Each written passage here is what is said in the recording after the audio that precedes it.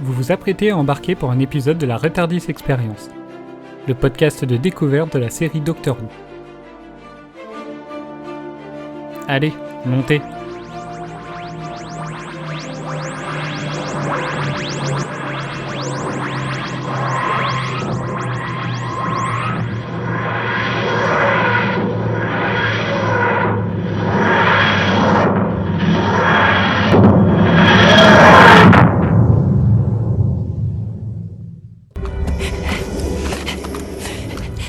Ne m'approchez pas!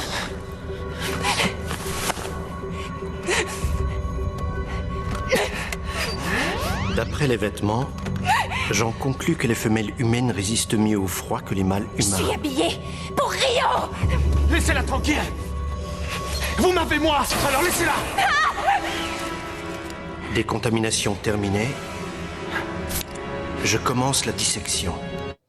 On part pour Rio, le soleil, la chaleur, tout ça, et on arrive dans une ville isolée du pays de Galles pour finir carrément plusieurs dizaines de kilomètres sous terre. C'est une nouvelle aventure dans laquelle le docteur nous présente une nouvelle espèce pourtant terrienne et ancienne, les Homo reptiliens ou siluriens. Le rêve de Doraline qui se réalise voyant Amy se faire avaler par la terre, sûrement une joie de courte durée, et un final dramatique, une fois de plus, pauvre Rory qui se sacrifie pour le docteur. Tu vois, Amy, ça devrait pas te surprendre. Bonjour à tous et bienvenue dans ce nouvel épisode de Retardis Experience consacré aujourd'hui au double épisode La révolte des intraterrestres. Titre original The Hungry Earth pour la première partie, diffusée le 22 mai 2010 sur la BBC, et Cold Blood pour le second épisode, diffusé le 29 mai 2010. Ils sont tous les deux écrits par Chris Chibnall et réalisés par Ashley Way. Pour cet épisode, une seule néo-mouviane nous accompagne et c'est Eden qui est notre irréductible du jour. Salut Eden! Bonjour tout le monde. Et oui, vous ne vous débarrasserez pas de moi si facilement. Côté Wouvian, ils ont loupé le précédent épisode, du coup pour se venger, Adèle les a laissés en solo, c'est Pierre et Doraline. Salut. Salut. Ça va? Bah oui, toi? Ouais. Ça va. On a la pression. Ah. elle va vous noter et tout, elle va surveiller que vous ayez bien fait le boulot. Mais oups, j'ai aquaponé. Mais ce n'est pas tout pour ce dernier épisode de l'année. Nous accueillons un invité. Vous connaissez sa voix car vous avez pu l'entendre dans notre émission consacrée à l'épisode de Pompéi. Vous avez aussi pu l'entendre dans New TARDIS Experience pour ceux qui nous ont suivis cet été. Et c'est Nico que nous avons donc le plaisir d'accueillir sur cet épisode de Retardis. Salut Nico. Salut, j'avais totalement oublié que j'avais envoyé un truc sur Pompéi. Ah, t'as vu? Moi, je m'en suis souvenu. Alors, j'espère que je me plante pas, mais il me semble que c'est sur Pompéi. Tu nous avais envoyé l'anecdote sur le tournage dans un studio spécifique, en Italie d'ailleurs. Ah oui, c'est vrai. Voilà. Un studio construit par Mussolini. Là. Oui, oui, exact. bref. Ah, ça y est, ouais. Un nom comme ça, ah ça oui, fait évidemment, plaisir. Mussolini, ça me parle. Ça fait tilt tout de suite dans ma tête. Et du coup, c'est la bonne période en plus pour t'accueillir parce que dans quelques jours, ils vont diffuser l'épisode de Noël sur Disney+. Oui, joyeux Noël aux gens qui nous écoutent, du coup. Oui, ce sera tellement bientôt. Ce sera les vacances, oui. Mais du coup, on en parlera un peu plus tout à l'heure en fin d'émission. Mais est-ce que tu as quelque chose à dire pour te présenter un petit peu aux auditeurs et auditrices qui n'ont jamais écouté New TARDIS ? Qu'est-ce que j'avais dit? Je peux me présenter en disant que je suis un fan de Doctor Who, mais c'est assez évident. Je regardais la série, j'ai découvert la série sur France 4 comme beaucoup de monde, et que voilà, que j'ai jamais arrêté. J'ai aussi vu toute la série, j'ai regardé les classiques, j'ai tout vu. Oui, voilà, il connaît les classiques. Voilà. Nous faisons pas le figure à côté, nous n'avons jamais vu les classiques. Et tu es pour nous une encyclopédie sur les classiques. Et moi j'ai mes propres encyclopédies d'autres gens qui s'y connaissent encore plus que moi. En plus. À qui j'envoie des messages, donc... Ah, en fait, ça ne s'arrête jamais. On croit que c'est toi qui nous donne l'info, mais en fait, t'as demandé à un tel, qui a demandé à un tel, qui a demandé à un tel, qui a demandé c'est déjà arrivé, au créateur de la série. Il y a des infos New TARDIS qui étaient pas totalement de moi, qui étaient d'autres gens. Très bien. Du coup, on va attaquer l'émission et je vais vous écouter pour votre mot. Et donc, j'ai envie d'attaquer, par surprise, par Eden, du coup. Mais quelle surprise! Je ne m'y attendais pas du tout. Alors, mon mot, ce sera homme vert. Voilà, j'ai pas trouvé mieux, désolé. Doraline. Mon mot, ce sera gâchis, mais je pense que vous l'interpréterez pas de la bonne façon. Pierre. Je tease. Moi, c'est relance. Relance. Et Ouais. du coup, Nico. Mon mot, c'est rompiche. Ah, d'accord. On t'a fait venir sur un épisode que tu as apprécié, je sens, ça va être sympa.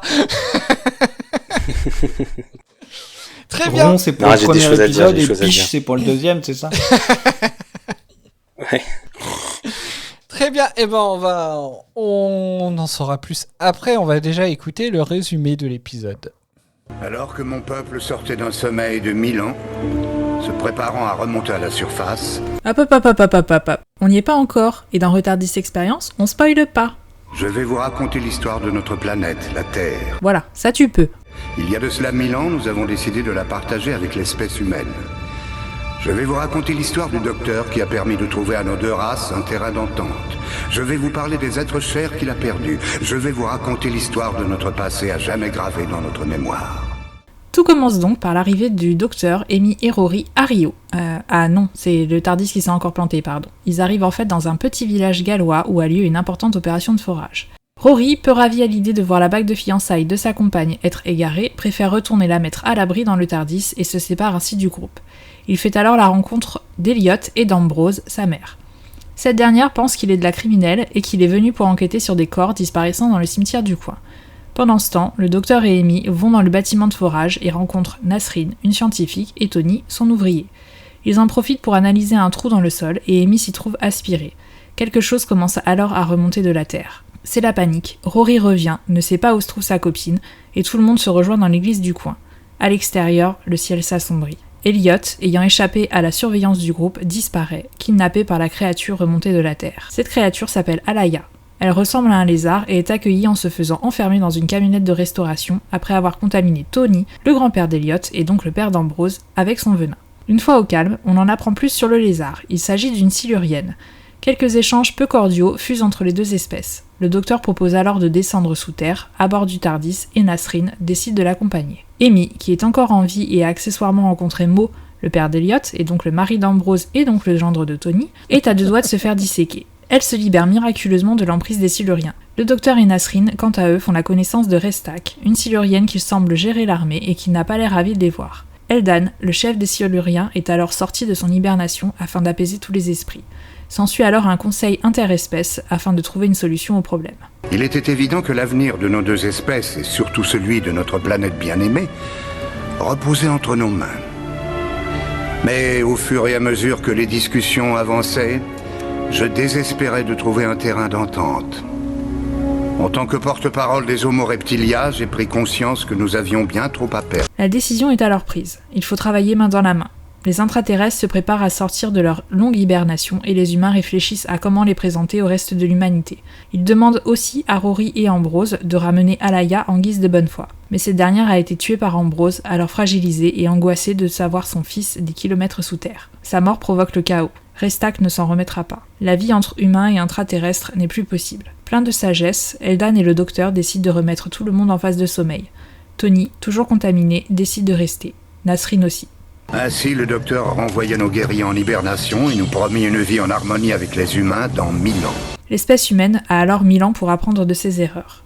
Sur le chemin du retour, Restak, n'ayant pas dit son dernier mot, profite de voir le docteur absorbé par la faille qu'il ne pensait pas trouver ici, et tire sur Rory qui s'effondre. La lumière de la faille commence alors à avancer vers lui. Ainsi se termine l'épisode. Sans Rory, Kemi commence petit à petit à oublier, jusqu'à ce qu'il ne soit complètement effacé de sa mémoire. Comme si c'était la première fois qu'elle oubliait Rory. Oh, ça commence direct. Merci Doraline pour ce résumé. Est-ce que vous avez des choses à rajouter sur ce résumé? Juste bravo parce que t'as été clair, t'as été au droit au but et très rapidement. C'est génial, bravo. C'est bien d'utiliser le silurien pour mâcher un peu le travail là aussi. On fait un peu travailler.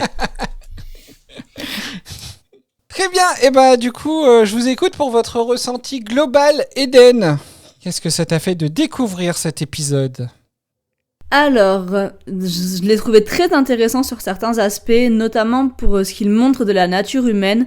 Ça m'a fait penser, alors évidemment en moins bien, mais à ce qu'avait proposé Midnight, du coup, surtout ce côté psychologie des personnages, voilà, l'humanité, comment il la représente.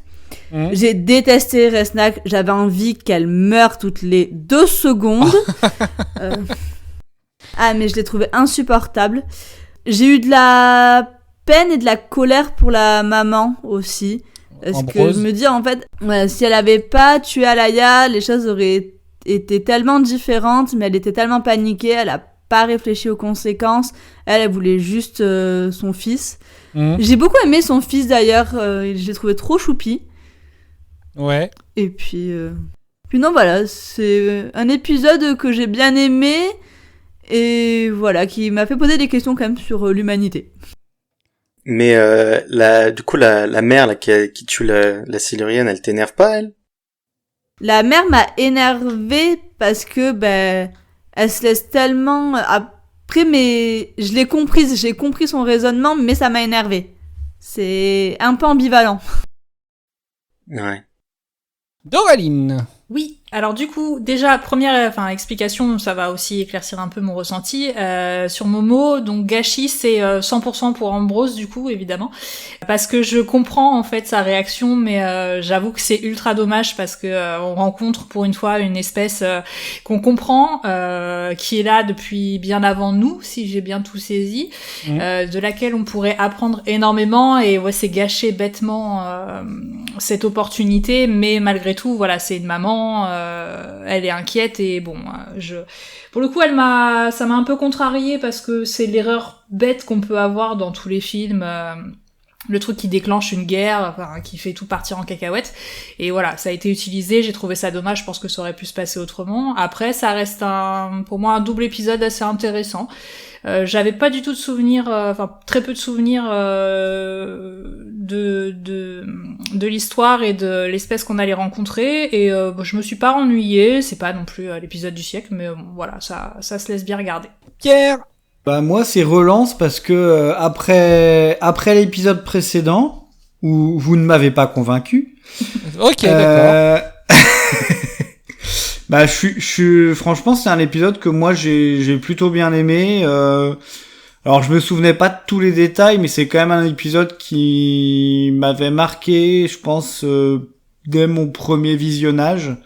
Le fait que y ait un autre peuple qui soit sur Terre avant nous et qu'en fait il soit plutôt similaire à nous, que son comportement, il va y avoir comme chez les humains en fait, des gens qui vont vouloir aller au combat, d'autres qui vont plutôt chercher à apaiser les choses et à essayer d'avancer entre guillemets en harmonie. Et du coup c'est quelque chose qui m'a plutôt plu. Alors j'ai regardé l'épisode 2 et après l'épisode 1 cette fois-ci.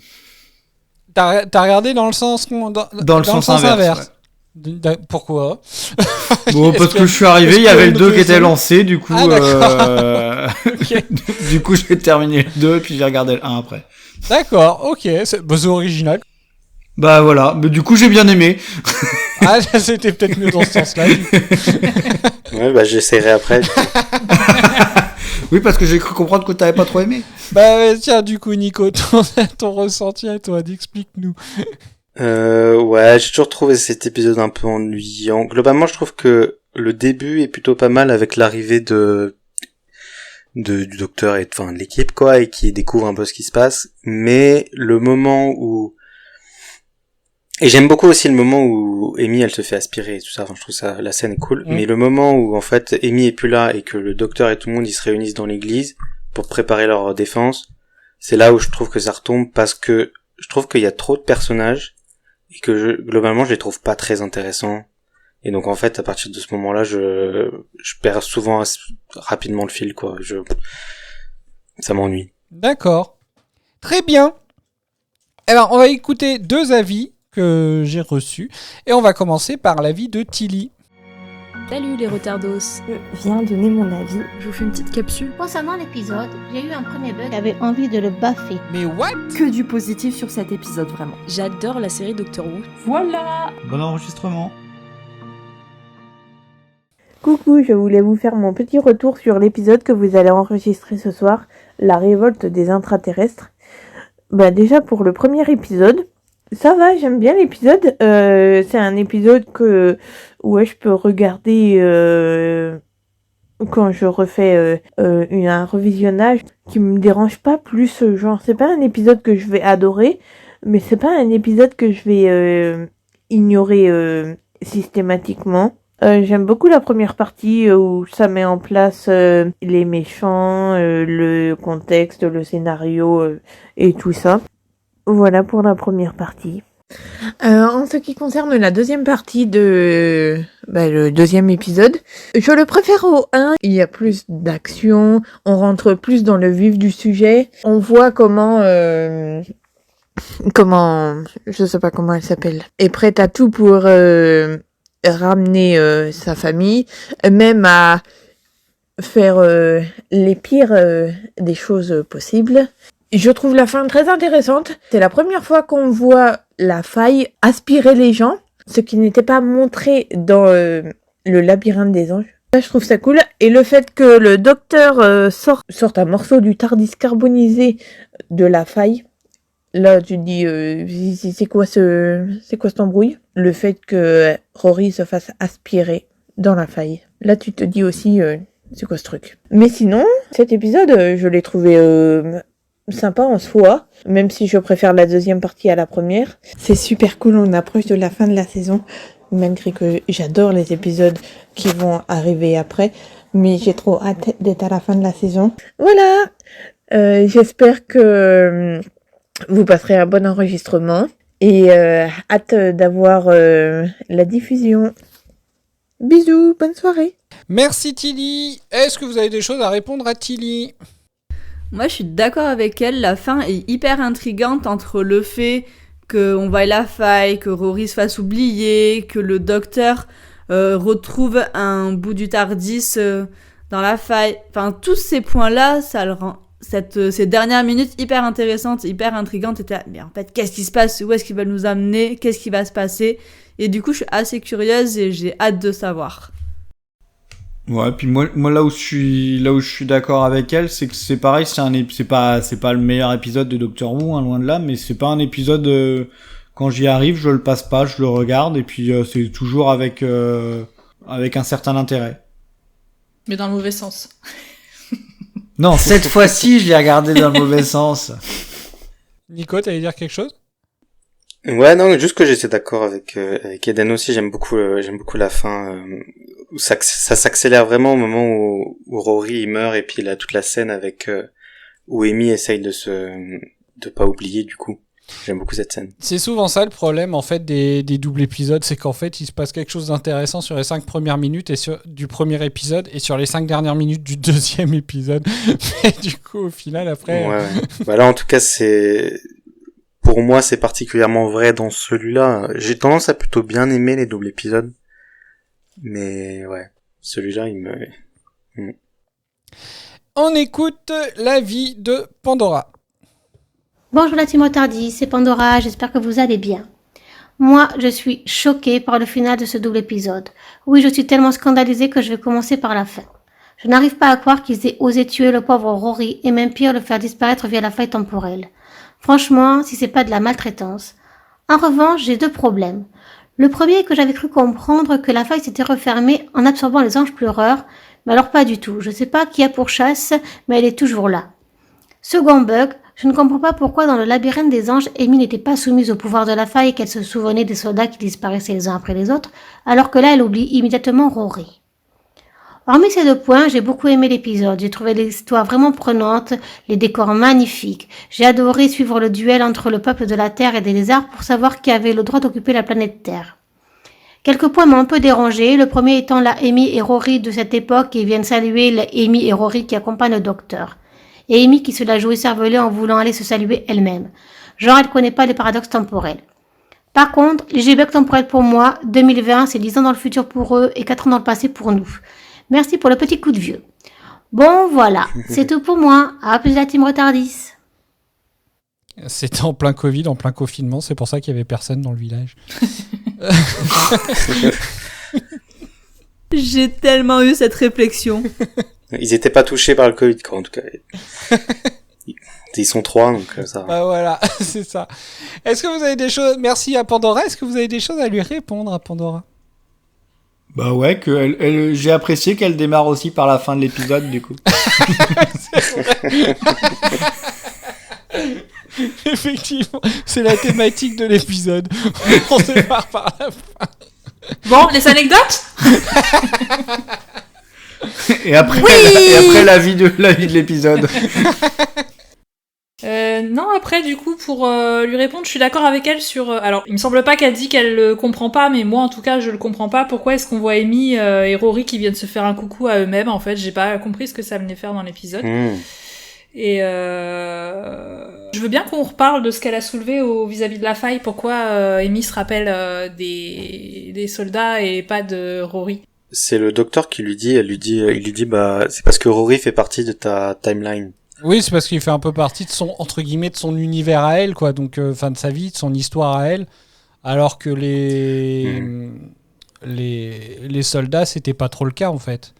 Genre, elle les a juste croisés, donc elle va pas les oublier. C'est quand t'es important que tu oublies, c'est ça? Ouais, voilà, c'est ça. Bah, disons aussi que quand ils étaient arrivés sur le truc du Byzantium, là, ils venaient c'était des gens de l'extérieur, entre guillemets, qui étaient même pas de cette époque. Et alors que là, c'est vraiment, c'est le Rory ils sont plus liés ensemble, Rory et Amy, donc je pense que c'est ça, quoi. Ah, en vrai, moi, je pense que, par contre, pour le fait qu'il y ait Amy et Rory du futur, je pense que c'est juste pour la dernière scène où, au final, elle est là toute seule, en fait. En fait, je pense que c'est un moyen de, entre guillemets, bingo, valider que Rory il a disparu. Puis ça fait une scène sympa. J'aurais tendance à penser que c'est pour ça en fait qu'elle est là juste pour ça, parce que sinon effectivement elle a pas trop de logique. Rien que le fait que pourquoi elle reviendrait, alors surtout que c'est quelques années après. Ouais, non, c'est vrai qu'elle a pas trop de logique en dehors de ça, la présence de cette scène-là, peut-être. Après, je pense aussi que, je sais pas si c'est une idée de Chibnall ou de Moffat, mais je pense qu'ils ont dû se dire, ah tiens, une histoire qui se passe en 2020, donc ça veut dire que elle serait encore vivante, et ils se sont dit, si elle y retournait, je sais pas, je pense qu'ils se sont dit, moi je ferais ça, quoi. Si je voyageais avec le docteur et que tu vois, une histoire de revivre des aventures que j'ai vécues dans le passé, j'irais retourner, me voir moi-même du passé, quoi.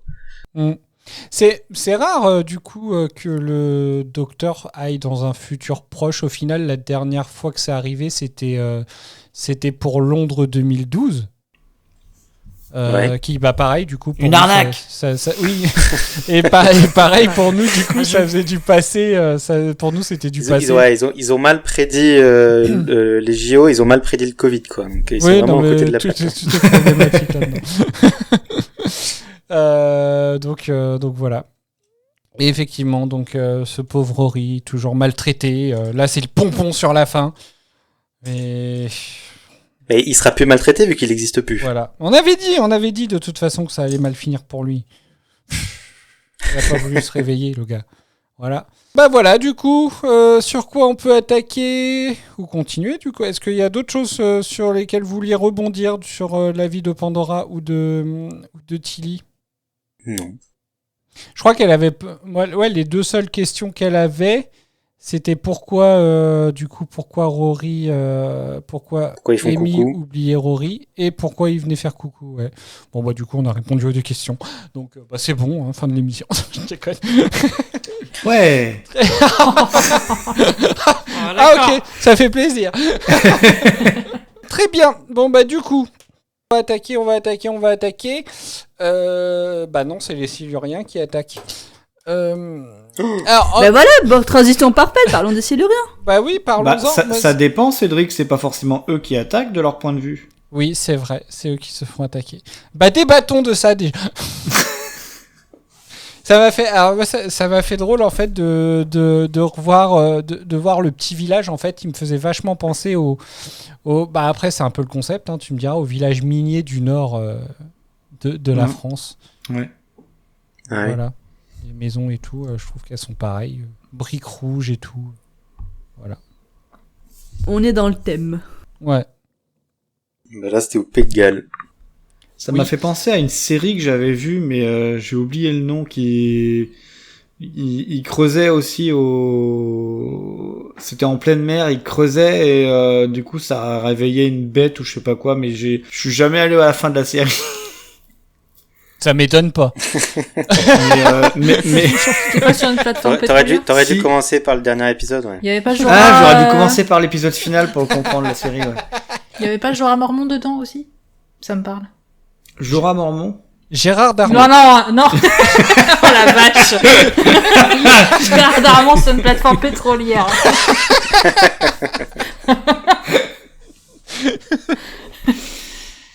J'ai plus le nom. Jorah Mormont, attends, je vais regarder. On en a parlé il y a pas longtemps. Bah décidément, il est partout lui. Ouais, comment il s'appelle l'acteur? Yann. C'est Yann, j'allais dire Yann Glenn, mais pas du tout. Si, c'est ça. Si, c'est ça, je un crois. truc dans le genre. Yann McGlenn, un truc dans le genre. Yann Glenn? Mais c'est qui Yann Glenn? Pas compris. Bah, c'est Jorah Mormont. Tu suis un peu? Ah, Jorah Mormont. Putain, moi j'ai compris, genre un mormon. Alors Gérard Darmon, Jorah Mormont, Jorah Mormont. Mais Gérard Darmon, je savais que je me trompais, mais par contre, clairement, moi j'avais compris, il n'y a pas genre un mormon dedans dans la série. C'est qu'il n'a aucun sens. Donc s'il y a bien Jorah Mormont, c'est The Rig. Ou pas du tout. Dans le brouillard des abysses au Québec. Jamais entendu parler de cette série. Du tout. Ouais. Et du coup, ils sont coupés de toute communication avec le rivage et le monde extérieur.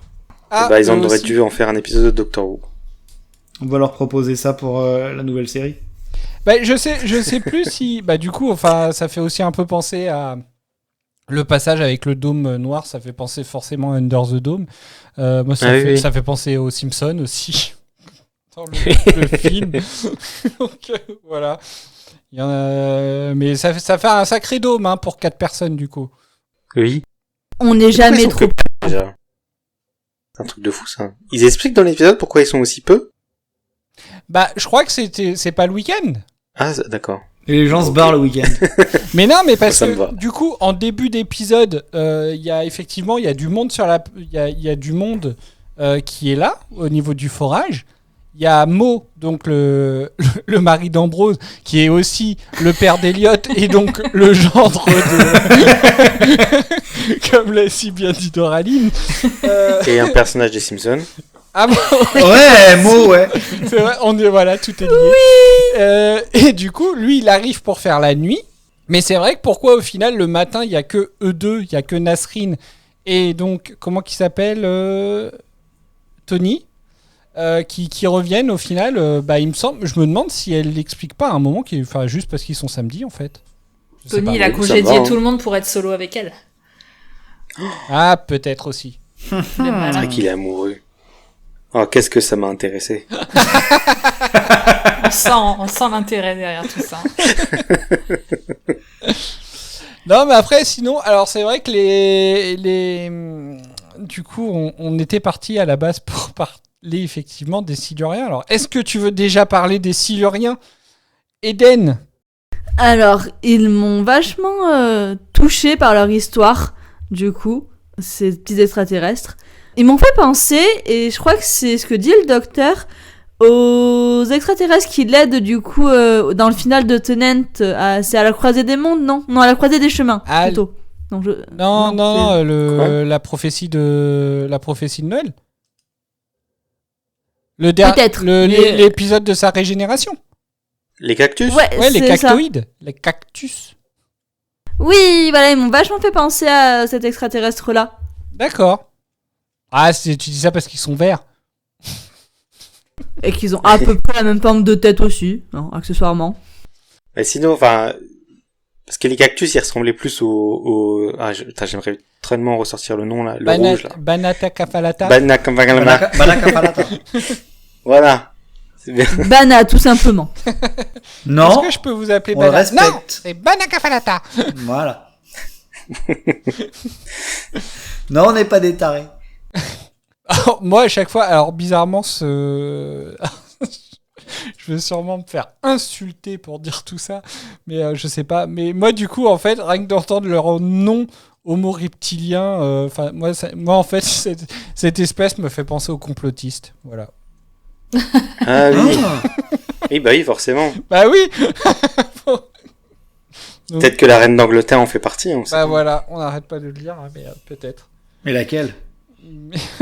C'est vrai, faut. Mais du coup, s'il y avait eu Sylvain Durive dans l'épisode. Bonjour, je suis le Christ cosmique. Faire la paix entre les humains et les Siluriens. Ça serait assez horrible. J'aurais dû le mettre à la place d'Ambrose, du coup. Ouais, ça aurait été tellement plus intéressant. Non, mais après, sinon, en vrai, moi j'ai bien aimé quand même découvrir leur. Tout leur monde souterrain, en fait. Parce que du coup, on comprend qu'ils sont censés être endormis depuis des milliers d'années. Mais du coup, il y en a qui dorment pas puisqu'ils font des expériences et puis ils surveillent, etc. Mais enfin voilà quoi, ils ont réussi à se construire. Enfin, je suppose que c'était peut-être déjà d'avant. Mais enfin voilà quoi, ça a l'air vachement moderne et tout. C'est fascinant, moi j'aime bien. Ouais, j'adore cet aspect-là. Et puis le scientifique, il est génial. J'ai adoré ce personnage. Oui, je l'aime bien aussi, moi, le scientifique. Mais du coup, il y a... Alors par contre, j'avoue, c'est sûrement ridicule, mais j'avoue que... Alors je sais pas si c'est lié au fait que le docteur, à un moment, il fait une vanne sur le sujet, en disant est-ce que vous avez du céleri ? Ah non, mauvais climat pour faire du céleri. Par contre, vous feriez un malheur avec des tomates. Et je trouve qu'il y a un moment, quand Mo et Amy ils voient toute l'étendue des Siluriens qui sont endormis, j'ai l'impression qu'on regarde des pieds de tomates. Voilà. Je trouvais. Je sais pas. J'adore, je suis morte. Je sais pas, ouais, ça m'y a fait penser. Voilà. Alors, il me semble qu'à l'origine, cette scène est pour faire un clin d'œil à la guerre des clones. À nouveau, du Star Wars. Ah! En tout cas, ça y fait penser. Donc, les clones sont des pieds de tomates. Écoute, à tous les fans de Star Wars. On va se mettre des millions de gens à dos, putain! Bah, bravo. Mais non. Là, je pense depuis tout à l'heure, moi, j'ai pas remarqué la blague du céleri. C'est vrai? Que du coup, je me dis, ça doit être une référence au 5e Docteur, du coup, parce qu'il porte un céleri sur son costume. Alors, ça se trouve, elle est qu'en VF. Tu regardes en VO, toi, je crois. Ouais, mais je sais pas si j'ai été très attentif. Hein. Il a dû faire la même blague. Peut-être. En fait, c'est au moment où le docteur, il est en train de... Comment ils appellent ça ? Quand il est en train de faire la désinfection ou... Décontamination. La décontamination, merci. Juste après, quand il s'arrête et qu'il veut reprendre un peu son souffle, en fait, il dit, est-ce que vous auriez un peu de céleri ? Mais du coup, c'est forcément une référence au classique, du coup. Je suppose, ouais, du coup, maintenant que tu le dis, effectivement, je n'avais pas cette... Parce que je crois me souvenir qu'il y a un truc où il mange son céleri et pour... Enfin, bref. Parce que c'est un... je crois qu'il y a un moment où il mange son céleri. C'est quand même merveilleux, hein. Mais oui, mais de toute façon, il explique non, qu'il veut du céleri pour l'aider à retrouver de la force et que ça l'avait aidé par le passé ou un truc comme ça. Il parle déjà qu'il a déjà fait manger du céleri pour avoir de la force, etc. Oui, il le fait, ouais. Le 5e Docteur, du coup. Du coup, la question que je me posais, alors je sais pas si c'est dans vos anecdotes, si c'est le cas, j'en suis désolé. Oui, bah... Oh, on est plus à ça près, hein. Prends tout. Vas-y. Non, mais du coup, à un moment, le docteur, il dit qu'il a déjà croisé une... je sais pas, il dit une tribu de Siluriens. Est-ce que c'est sorti des classiques ? Attention. C'est ma seule anecdote. Voilà. Je m'en doutais. Alors, est-ce que tu veux la dire tout de suite ou Vas-y, attends. Parce que j'avais super bien écrit, donc je vais la lire. Hop. C'est parti. Quand le docteur évoque une autre branche de Silurien qu'il a rencontrée et qui a été éradiquée... Et non pas une autre branche de céleri. Et non pas une branche de céleri. Ça, c'est une autre référence du coup classique qu'on vient d'apprendre. Il fait référence à leur toute première apparition dans la série classique dans l'épisode Doctor Who and the Silurians. Dans cette histoire, c'est Unit, sous les ordres du brigadier, qui détruit leur base en la faisant exploser, anéantissant ainsi tous les Siluriens présents. Ce geste provoque alors la colère du Docteur. Plus tard, le troisième Docteur rencontre également leurs cousins, les démons des mers. Ah, c'est des cousins à eux? D'accord. Ouais. Ok. C'est des céleris des mers, du coup. Des céleris des mers. Ceux qui jouent dans The Ring. Voilà, il remonte des océans après qu'on ait creusé. Gérard Darmon, c'est exactement le Mormon. même épisode, mais dans l'eau, quoi. C'est n'importe quoi. Gérard Darmon, le Mormon, ça j'adore.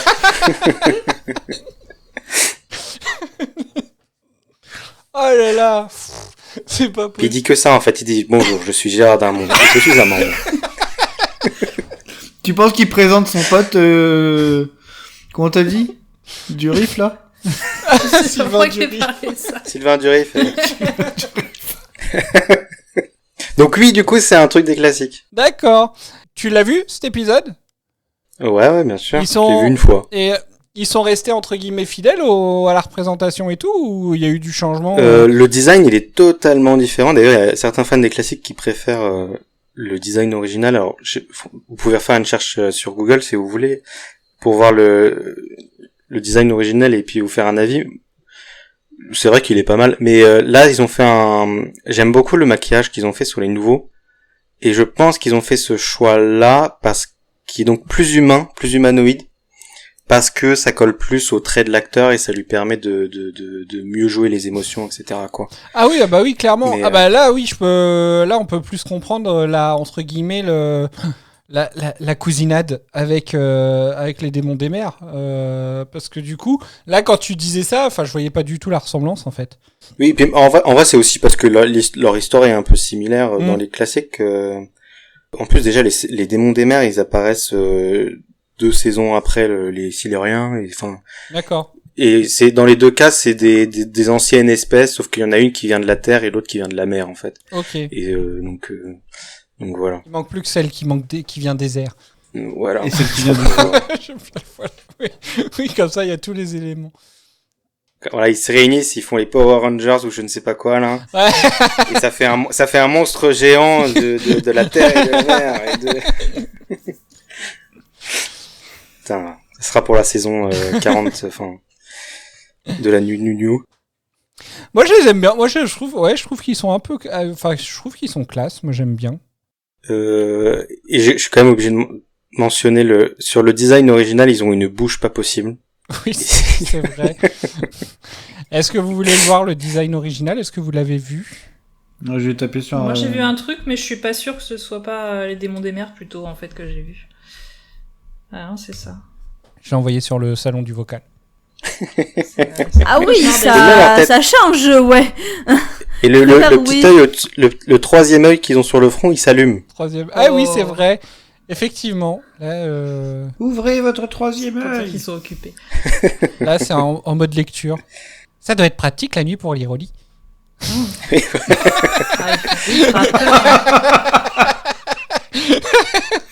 Non mais ça doit attirer les moustiques. Hein. Oh là là. Et un autre point commun, c'est que l'épisode des classiques, il se passe aussi dans des caves pendant tout l'épisode. Donc c'est un peu... Ouais, c'était vraiment un moyen de relancer leur histoire, du coup. Ils se sont dit, ouais, on va ramener les Siluriens. Ils devaient être fans, ils se disaient, ouais. Après, de base, ils font souvent ça. Ils ramènent régulièrement des antagonistes ou des extraterrestres qu'on a vus dans les classiques. Oui, ils le font assez souvent. Moi, j'aime bien, mais... Mais faut que ce soit bien fait, c'est ça. Mais voilà, quoi. Non, mais en vrai, c'est intéressant comme choix, parce que les Siluriens, ils apparaissent dans 2 histoires des classiques, dont une qui est vraiment, vraiment nulle. Parce que Doctor Who and the Silurians, en vrai, c'est pas mal. C'est plutôt bien vu par les fans, d'ailleurs. Mais il y a un autre épisode où t'as les démons des mers et les Siluriens ensemble. En famille, un repas de famille, du coup. Qui s'appelle The Warriors of the Deep, je crois, une connerie dans le genre. Avec le 5e Docteur, et c'est vraiment, vraiment nul.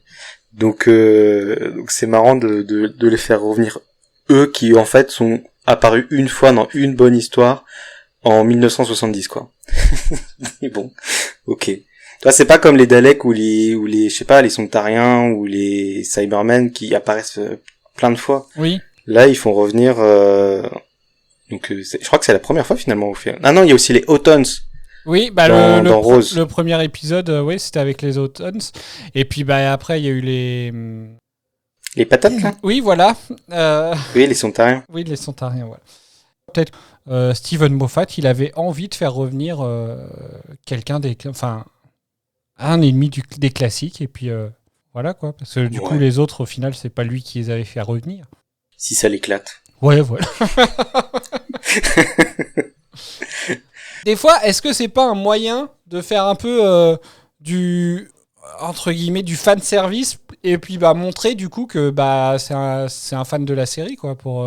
Oui, mais c'est toujours excitant quand il y a quand il faut revenir des anciens monstres, etc. Enfin, puis il y a un côté aussi quand t'es fan des classiques, tu peux dire ah tiens comme ça on va revoir l'épisode des classiques avant, ou j'en sais rien, tu vois. Enfin, il y a un côté forcément ça fait plaisir. Bah et puis ceux qui connaissent pas, ça peut leur donner envie d'aller voir vers les classiques aussi.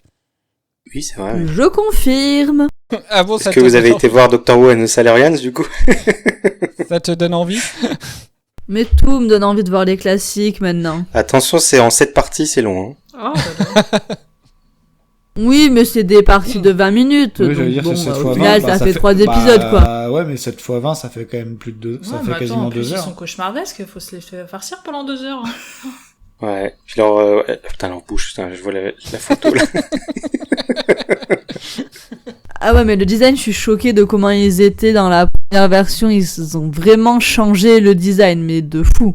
Ouais. Et comme je t'ai dit, des fois, t'as des débats avec des fans d'autres fans où ils disent, mais je préfère la version des classiques.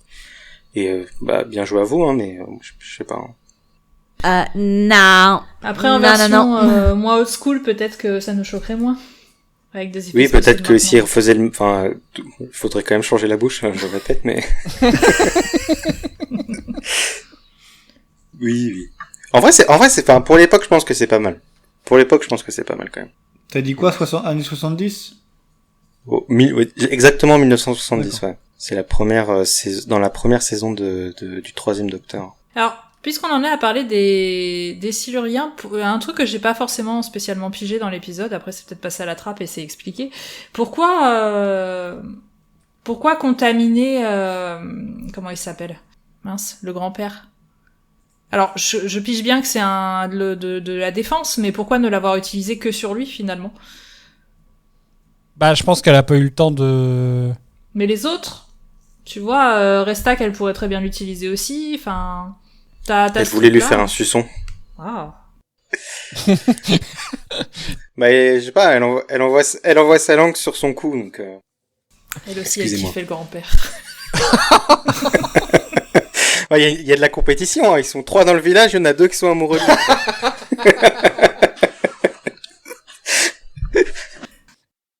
Très bien, et bah du coup, partons sur les êtres humains, maintenant qu'on a bien parlé des Siluriens. Effectivement, au final, on se retrouve avec pas mal de personnages, mais pas tant que ça finalement, parce que c'est marrant, je me suis rendu compte de ça en préparant l'épisode, en prenant juste la distribution.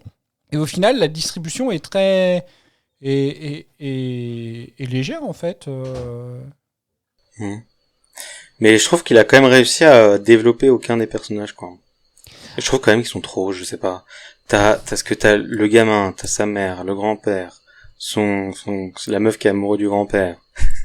Et puis t'as tous les Siluriens. Et là-dedans, tu dois avoir Amy et Rory qui font des trucs. Je sais pas.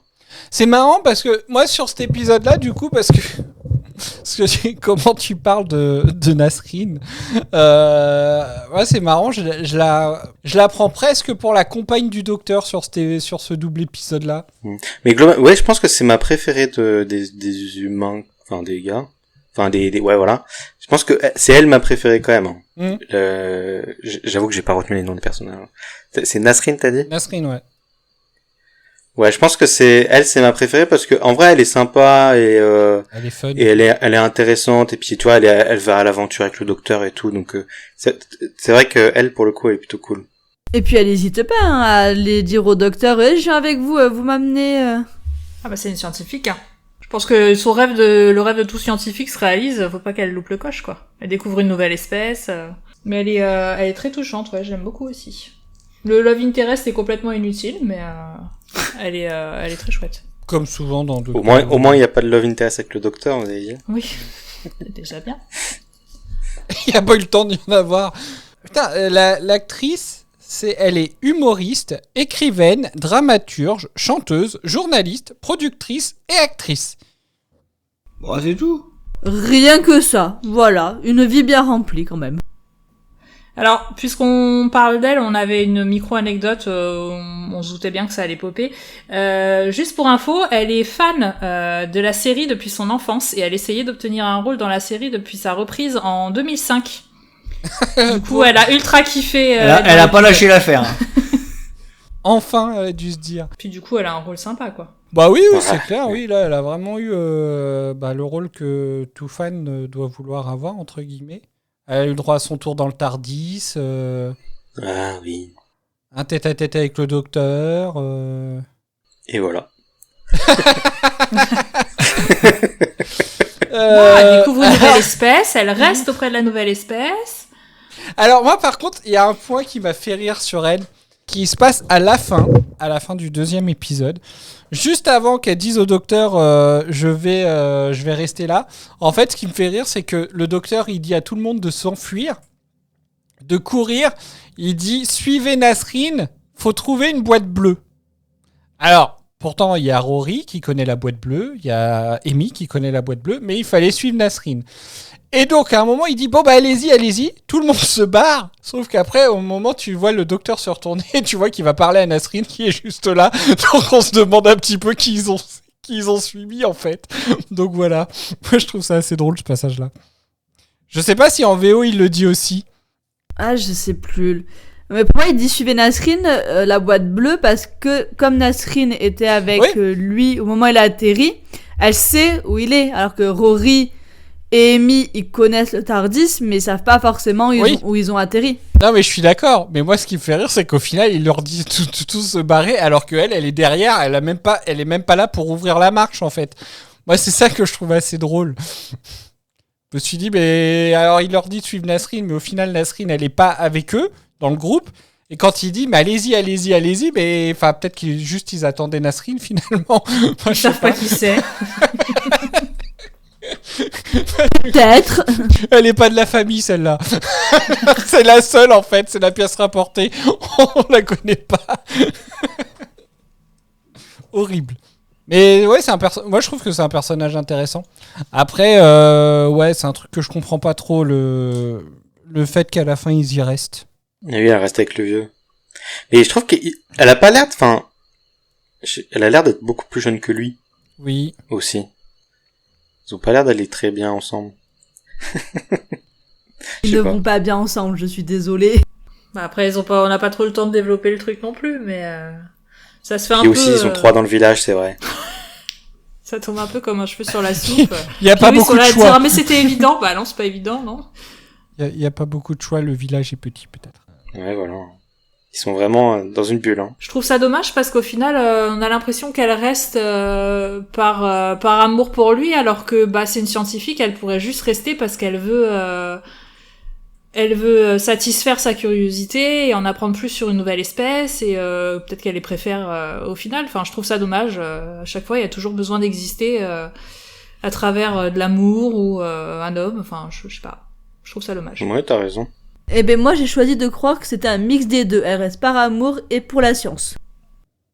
Bah moi je choisis de croire que elle a menti au vieux et en fait elle voulait rester que pour la science. Ils ont 11 ans d'écart les deux acteurs. Ouais, ça va.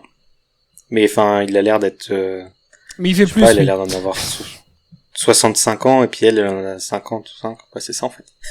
Ça fait 10 ans. Mais je sais pas, ils vont pas trop ensemble. Et puis ouais, c'est pas très développé non plus, quoi.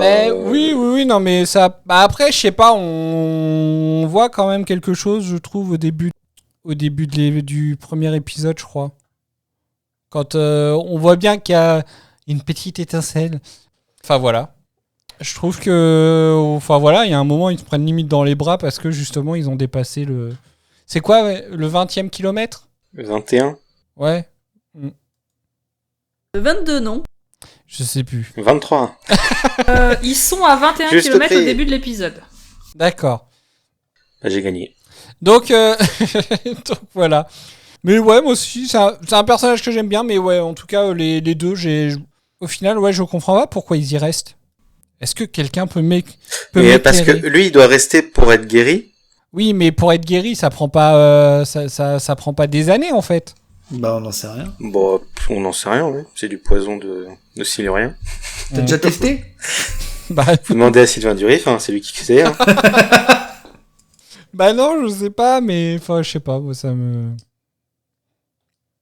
Ça se trouve, c'est de la bonne. Hein.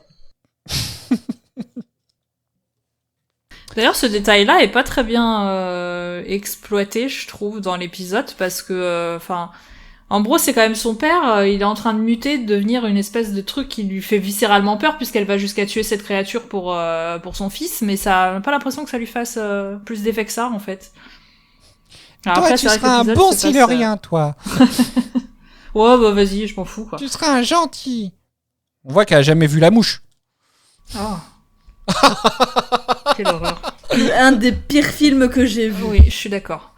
J'en ai jamais vu. Ouais, et ben, le regardez pas. C'est pas nécessaire. C'est pas... Et donc, la merveilleuse famille. Alors, moi, je suis désolé, mais effectivement, je crois que je rejoins plusieurs sûrement d'entre vous. Quoique, je ne sais pas. Ça se trouve, je suis le seul. Je peux pas la blairer en prose. Ah, moi non plus. Mais au début de l'épisode, quand on la découvre, ça va à peu près, tu vois, elle est, on va dire normale, tu vois. Mais c'est à partir du moment où son fils est enlevé, où bah ça la fait tellement dérailler qu'elle en devient insupportable. Il y a même pas que le personnage, enfin je trouve qu'il est mal joué, il est mal construit, il est, enfin je sais pas, Ouais, je trouve que c'est vraiment que c'est une expression sur internet, c'est vraiment une carène, quoi. Je sais pas si vous connaissez. Effectivement, ouais. Ouais, je sais pas, après c'est... Rien que le passage, alors je sais pas, hein, c'est peut-être le doublage aussi qui est très mauvais, mais je trouve qu'il y a... je sais pas si en VO c'est pareil, mais je sais qu'en VF par exemple, rien que le passage où elle parle de Rory quand elle dit qu'il est de la criminelle, enfin bref, je trouve ça ridicule et tellement mauvais. Ah, pourtant Rory elle arrive vachement à donner le change après. Hein. Ben oui, mais enfin je sais pas, mais je trouve qu'elle fait, enfin clairement, je trouve que le personnage dans tout ça, pourtant il porte énormément de choses sur ses épaules le personnage parce que bah au final c'est elle qui est censée montrer le meilleur de l'être humain et au final qui montre le pire dans le jeu, elle montre le pire dans le perso, elle montre le pire dans ses actions, enfin je sais pas, il y a rien qui va, je trouve. Non mais ça me fait rire.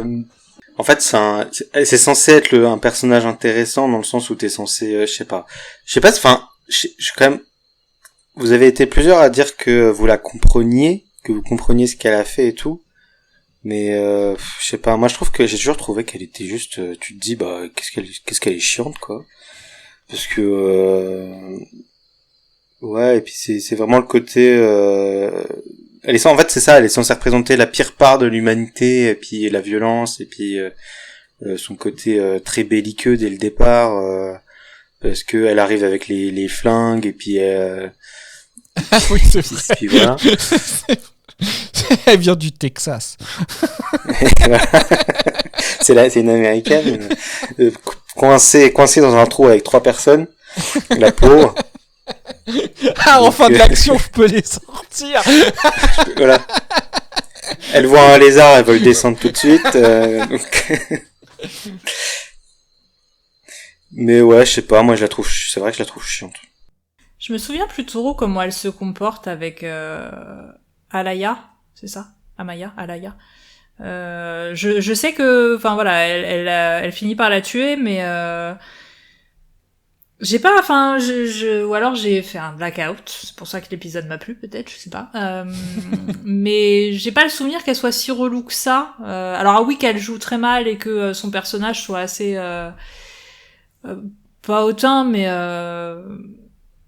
je sais pas, j'ai pas l'adjectif. Après, je fais partie de celles qui ont dit, je sais pas qui d'autres l'avaient dit, mais que je comprenais sa réaction. Enfin, j'ai pas d'enfant, je peux pas comprendre, mais il y a quelqu'un que tu aimes viscéralement qui est bloqué sous terre et tu as la créature qui est responsable de ça en face de toi, donc forcément que tu pètes un boulard.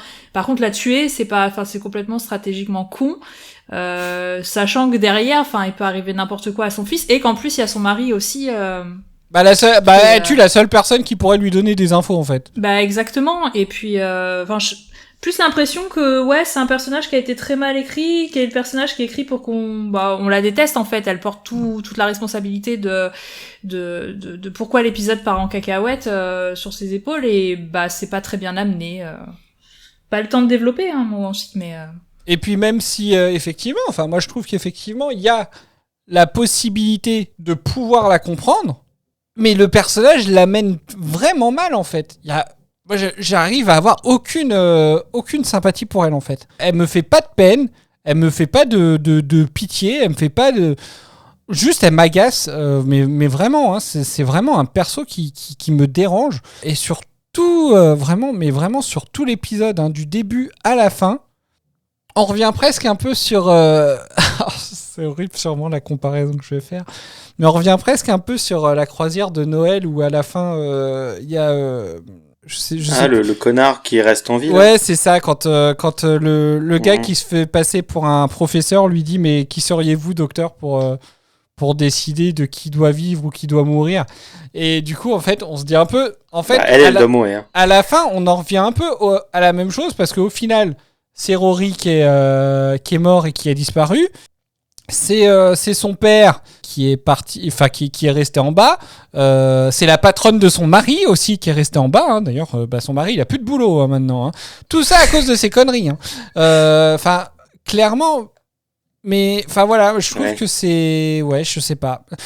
Parce que si tu peux créer un personnage qui effectivement, tu peux finir par comprendre pourquoi il a mal agi, et donc en lequel tu peux éventuellement croire, parce que c'est un peu ça qu'on essaye de nous faire croire à la fin, quand le docteur il va lui parler, en lequel tu pourrais croire à une éventuelle rédemption, elle, mais clairement pas en fait. Moi de mon côté, non, je n'arrive pas à avoir une quelconque possibilité d'évolution du personnage, et ça ne m'intéresse même pas de savoir s'il y aura une évolution du personnage en fait. Voilà. Mais en fait, je trouve que possiblement le fait qu'elle tue vraiment la Silurienne, en fait je trouve ça me paraît tellement injustifié même d'un point de vue je peux pas d'un point de vue moral ça paraît vraiment abusé comme réaction. Elle l'a tué avec un taser en plus. Tu dis immédiatement, après elle fait pas exprès, mais je sais pas, tu te dis mais c'est abusé quoi. Tu peux pas t'attacher à elle, tu peux pas te dire mais si du coup vous pouvez, parce que moi je peux pas la comprendre, je peux pas me dire tiens ok j'aurais fait pareil dans sa situation ou pas. Non, j'avoue que je sais pas ce que j'aurais fait, mais j'aurais pas fait ça quoi. Après moi j'avais dit que je la comprenais dans le sens où je comprends pourquoi elle en est venue à avoir ce geste entre sa peur pour son fils, pour son mari, pour son père, mine de rien aussi, puisque je crois qu'à ce moment-là, elle sait déjà qu'il est infecté. Oui, puisque c'est au moment où elle vient de lui demander comment le guérir. Donc, oui, donc plus Alaya qui la... qui la provoque, il y a la provocation aussi, clairement. Voilà, exactement, merci, je cherchais le mot. Donc tous ces éléments réunis, en fait, même si je n'excuse pas son geste, je comprends qu'elle est déraillée, qu'elle est paniquée, qu'elle a eu un moment de... elle a tiré, quoi. Avec un taser. Ça m'a fait rire. Quand j'ai revu l'épisode, je me suis dit, mais c'est juste un taser. Bon, après, je m'en rends pas compte, je me suis jamais pris de coup de taser, mais... Bah, et puis T'es après, pas un silurien non plus. Oui, voilà. Oui, je suis pas un silurien non plus. À moins que... T'as un beau masque, en tout cas. Je les trouve super classe, on a déjà parlé des siluriens, mais je les trouve super classe, les masques des siluriens. Oui. En vrai. Oui. Ouais. Je trouve que c'est un peu comme les nonnes chats. Je trouve que c'est des masques qui vieillissent pas du tout. Et que ça, même dans encore 20, 10 ans, ça vieillit pas, quoi. Ça rend super bien. Ouais, non, franchement, ils sont classe. Ça a fait économiser du maquillage. Attends, vous parlez de quel masque, celui qu'elles enlèvent à un moment donné, ou juste le maquillage du silurien sans son masque? Non, le masque qui portent tous les autres soldats. En gros, en fait, les seuls qu'on voit vraiment leur visage, c'est Restak, Alaya, le responsable. Je sais pas comment qu'on l'appelle. Le médecin. Du coup, le chef et le médecin. Ah. Voilà, c'est les seuls qu'on voit vraiment sans masque. Mais les autres, ils portent un masque. Ils ont tous, quand tu les vois tous en groupe devant la caméra là et tout. Et je trouve que leurs masques, ils sont chouettes, quoi. C'est Eldan, le sage. De quoi ? C'est Eldan, le sage. Ah, Eldan, merci. Oui, j'ai noté comme ça dans mes notes. Scientifique, sage... Ah, mais il y en a deux. Ouais, mais du coup, il y a partie humain et partie intraterrestre. Non, il y a deux... Il y a un scientifique qui finit par aller chercher... Loquet, ou je sais pas quoi, là. Ah, ok. Donc, d'accord. Et non, Eldan, c'est le mec qui parlait dans le résumé. D'accord, ok. Ça y est, je comprends mieux. Parce que sinon, il y a un scientifique que Restak elle tue. Qui doit être donc Maloké, peut-être. Ah, je me souvenais pas qu'il mourait. Oui, c'est Maloké, le scientifique, mais j'avais oublié qu'il mourait aussi. Bah, c'est pour ça que... C'est pour ça qu'au final, c'est donc Eldan qui renvoie tout le monde, qui manipule les machines pour renvoyer tout le monde... Je trouve ça un peu naze comme fin aussi. Qu'il les renvoie tous dormir ? Ouais. En fait, ouais, je sais pas. C'est dommage qu'on puisse... Enfin, il y a un truc dont j'aimerais bien parler, mais... je vais le dire vite fait, mais je trouve que cet épisode a beaucoup de choses en commun avec un épisode futur qui est mieux. Et justement, par exemple, la fin est totalement différente. Bon, je peux pas en parler du coup, mais... Et là, enfin, tu finis aussi un peu sur ta fin parce que tu te dis, ok, c'est super intéressant, il y a deux espèces qui peuvent cohabiter, machin, des discussions, et puis, oh non, en fait, on va les renvoyer dormir et dans 1000 ans. Allez. Ok, bon. Ouais, puis c'est un peu le même principe que... Enfin, c'est assez marrant parce que du coup, c'est... Alors, ça va amener discussion, mais...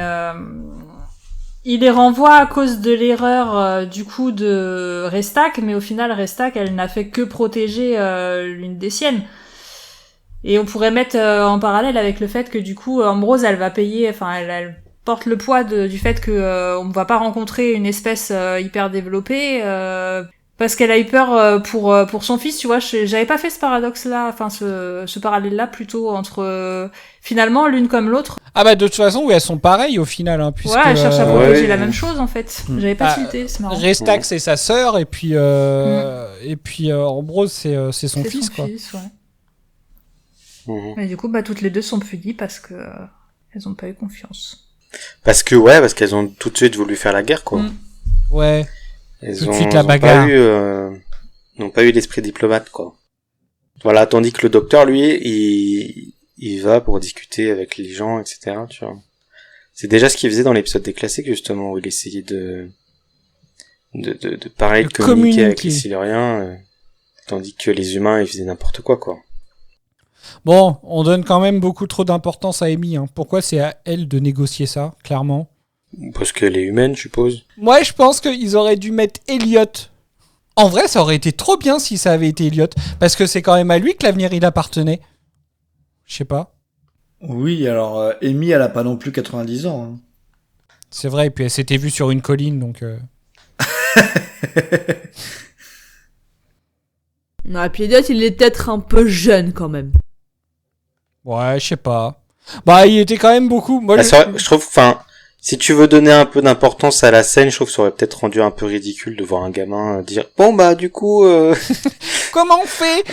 On vous donne le nord de la France et puis nous on garde le sud. »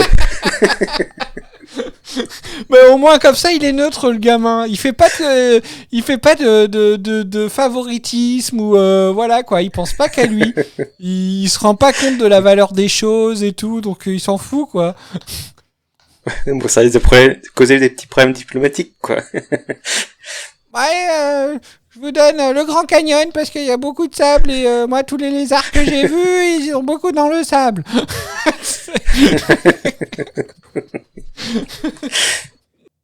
Mais pauvre Elliot. Vous l'avez trouvé intéressant, Elliot, ou pas? Bah, moi, oui. Je l'ai trouvé intéressant. Après, c'est pas forcément à moi de répondre. Voici Pourquoi? Non, mais si, je vais donner mon avis aussi. Mais Eden. Non, mais il est trop mignon, Elliot, le petit bout de chou qui se fait kidnapper pour on sait pas quelle raison, juste pour être analysé en fait. Mais non, il est trop mignon. Moi, je l'ai adoré. Voilà. Doraline, Pierre. Bah c'est pareil, c'est un personnage intéressant mais qui est pas exploité. Premier épisode. Bah, il est quand même exploité par les Siluriens. Oh. Faut arrêter de vouloir exploiter les gens.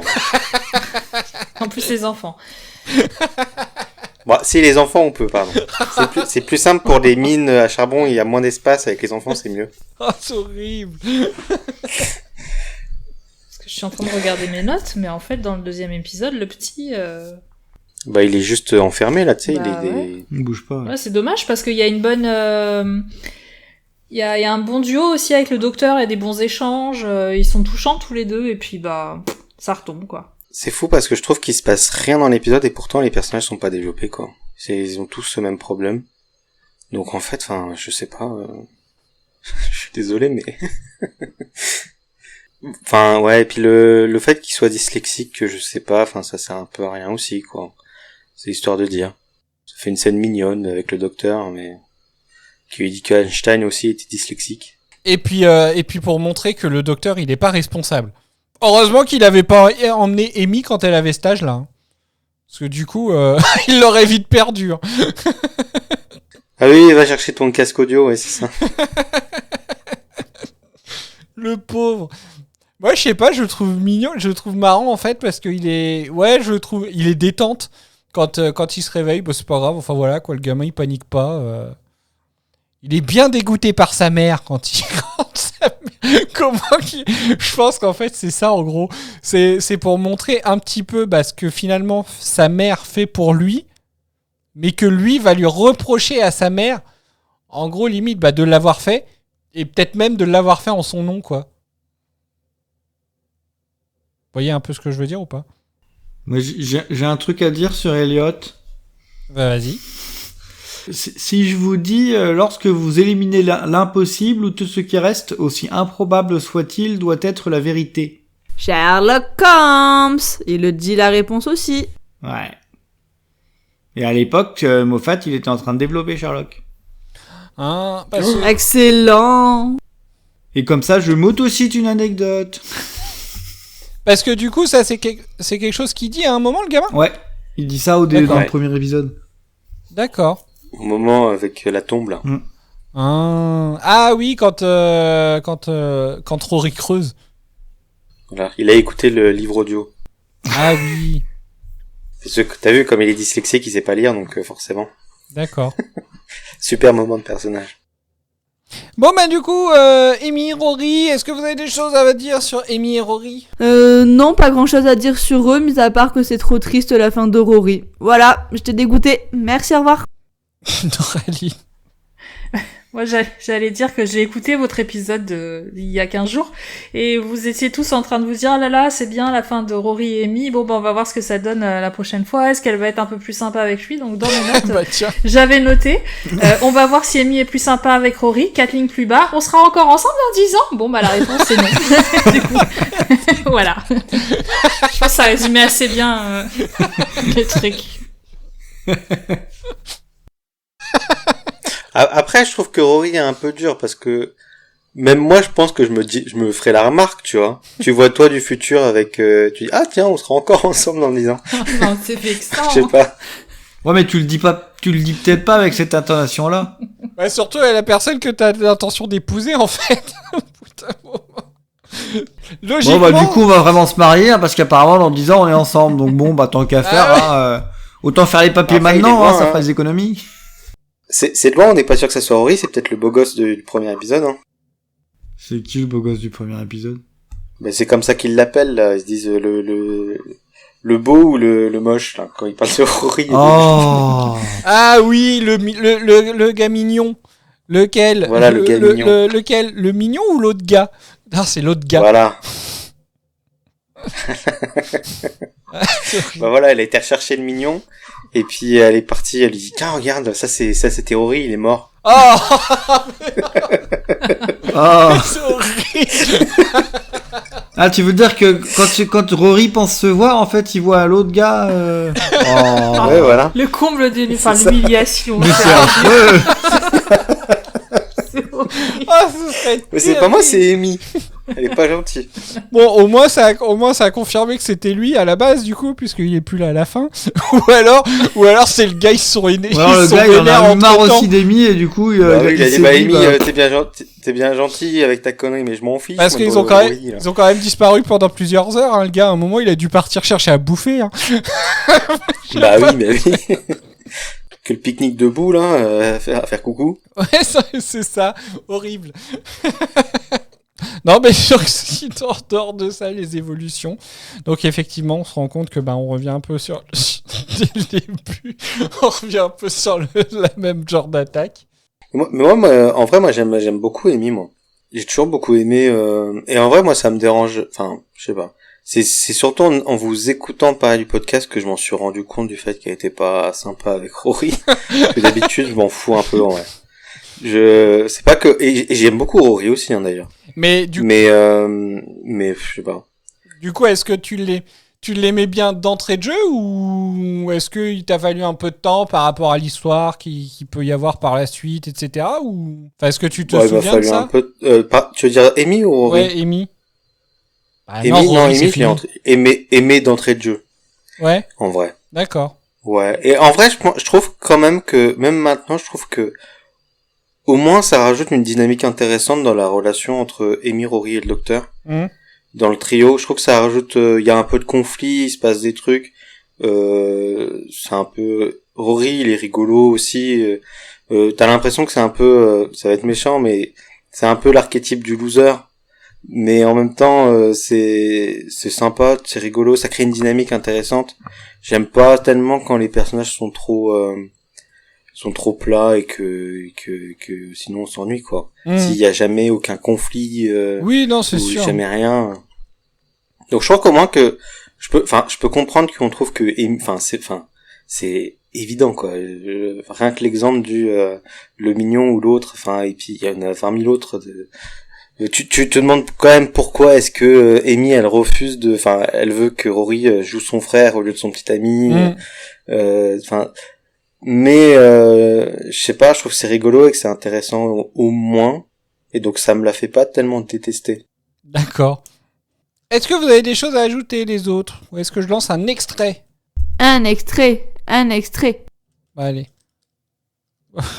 Bon, je balance l'extrait. C'est justement quand Rory il se rend compte, il met un peu de temps quand même, il se rend compte que Amy a disparu. Nous sommes piégés. Docteur, il se passe des trucs bizarres dans le coin, les morts disparaissent de leur tombe. Une autre fois, Rory. C'est un bouclier d'énergie invisible à l'œil nu. Plus personne ne peut sortir ni même pénétrer dans cette zone. Quoi? D'accord, et si on prenait le TARDIS? Le quoi? Non, le champ magnétique pourrait endommager les circuits. Si on avait du temps devant nous, on aurait pu essayer, mais il nous reste que 9 minutes et demie. 9 minutes et demie avant quoi? Manifestement, on est piégé. Quelque chose est en train de remonter à la surface de la Terre. Où est Amy? Allez, tout le monde dans l'église. Rory, je vais la ramener. Comment ça, la ramener? Où est-elle? On l'a enlevée. Le sol l'a avalée. Le sol là? Vous n'avez rien pu faire? J'ai rien pu faire, j'ai essayé, mais pas assez apparemment! Je retrouverai Amy et je nous sortirai de ce pétrin. Je vous en prie. J'ai besoin de vous, ne me lâchez pas. Dans cet épisode, je trouve qu'il y a quand même un truc d'intéressant, c'est que on voit, contrairement au précédent, donc Le Seigneur des Rêves et Les Vampires de Venise, bah en fait Rory il était vraiment, il venait de débarquer, donc du coup il n'était pas trop dans l'équipe en fait, il était beaucoup dans le conflit avec le docteur, etc. Et là je trouve quand même qu'il y a vachement un truc intéressant où il fait partie intégrante du voyage. Dans le sens où, même de son côté, au final, il se retrouve dans sa propre aventure presque. Puisqu'il se fait embarquer par Ambrose et son fils pour enquêter sur les tombes et tout. Du coup, voilà quoi. On le voit au début de cet extrait quand il arrive justement pour expliquer au docteur ce qui se passe. Je trouve qu'il arrive à voir pourquoi, ce qu'ils font quoi du coup. Vous voyez ce que je veux dire ou... En fait, dans cet épisode-là, c'est le premier épisode où Rory donne vraiment l'impression de faire partie de l'équipe du TARDIS. Alors que dans les 2 précédents épisodes, il était un peu là en fait pour donner entre guillemets la lumière sur les sentiments d'Amy pour lui. Il était juste là pour ça en fait. Il faisait pas, il n'était pas vraiment dans l'enquête, il subissait.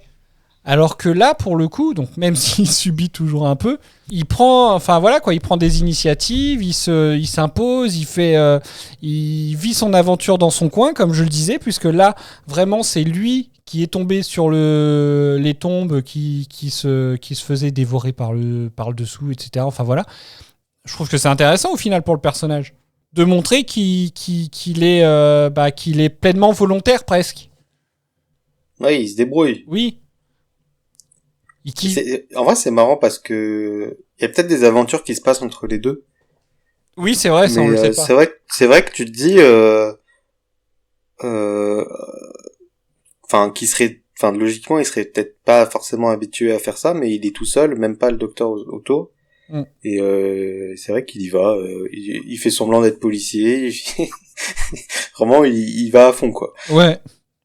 Je pense qu'il y a aussi, même s'il est encore effectivement le petit ami d'Amy, comme tu dis dans les épisodes précédents, il était d'abord ça et après du coup il se retrouvait un peu dans l'histoire. Et là il a quand même il intervient, il est pas juste présent là un peu par hasard quoi, il est non et puis même le docteur lui dit j'ai besoin de vous. Oui, c'est vrai.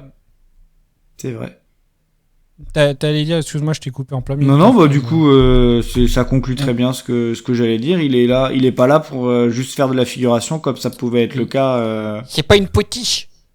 Ouais, voilà, je voulais pas dire le mot, mais c'est ce que je tournais autour depuis 30 secondes. Non, mais ouais, si, c'est... J'étais en train de réfléchir. Est-ce que cette impression, du coup, comme tu disais, elle vient pas du fait qu'il a sa propre histoire, il est tout seul à un moment donné, sans le docteur, et il est en duo avec le docteur une bonne partie de l'épisode aussi, puisque Amy n'est plus là. Alors que dans les autres épisodes, il était souvent plus avec Amy que tout seul. Je crois pas qu'il ait été tout seul sur les précédents épisodes. Et il y avait toujours soit Amy, soit le docteur, ou soit le trio. Donc là, le fait qu'il soit tout seul, ça peut aussi donner cette impression. Je pense que de toute façon, c'est un peu ça qui fait vraiment finalement presque un compagnon du docteur. C'est quand il vit un peu son aventure, mais qu'il va agir comme le ferait le docteur en fait. Mais c'est vraiment là, pour le coup, comme disait Pierre au final. Avant, ouais, c'était vraiment juste le petit ami d'Amy. Là, pour moi, c'est vraiment un compagnon à part entière en fait dans cet épisode-là. Et du coup, au final, chacun vit un peu son aventure parce que ils se retrouvent tous séparés puisque il y a Amy d'abord qui est avalée par le sol. Au final, Amy quasiment, on ne la voit quasiment plus une fois qu'elle se fait avaler par le sol. On la voit plus avant la fin de l'épisode. C'est plus lui qui remplace Amy pour le coup. Et après, quand le docteur il descend sous terre, lui il reste avec les deux autres et c'est lui un petit peu qui essaye de faire le lead en fait. Et au final, il y a qu'à voir la fin. Enfin, au final, la fin, le tir qui se prend de Restak, c'est en voulant sauver le docteur. Hein. Il se prend la balle à la place du docteur. Hein. L'air de rien. C'est un héros. Bah oui. De loser à héros. Mais ça aussi, je trouve que c'est vachement important parce qu'au final, sur les 2 précédents épisodes, ils ont presque cultivé pas une animosité, mais une rivalité entre les deux. Et au final, je trouve que ça clôture bien le truc, en fait, parce qu'il a voulu sauver le docteur, en fait. Mais je pense que le docteur, il a vraiment pas tellement envie d'avoir de rivalité avec lui, parce que c'était ce que t'avais dit, je crois, dans le dernier épisode, c'est que t'as pas du tout l'impression que le docteur est intéressé par mais non, mais pas du tout. La série, elle te donne le semblant d'un mystère, et puis c'est ça j'aime bien dans l'épisode précédent, qui, je trouve, a un meilleur nom en anglais que en VF, parce qu'en anglais, c'est Amy's Choice, donc le choix de Amy, où tu vois que finalement, à la fin, elle choisit Rory, quoi.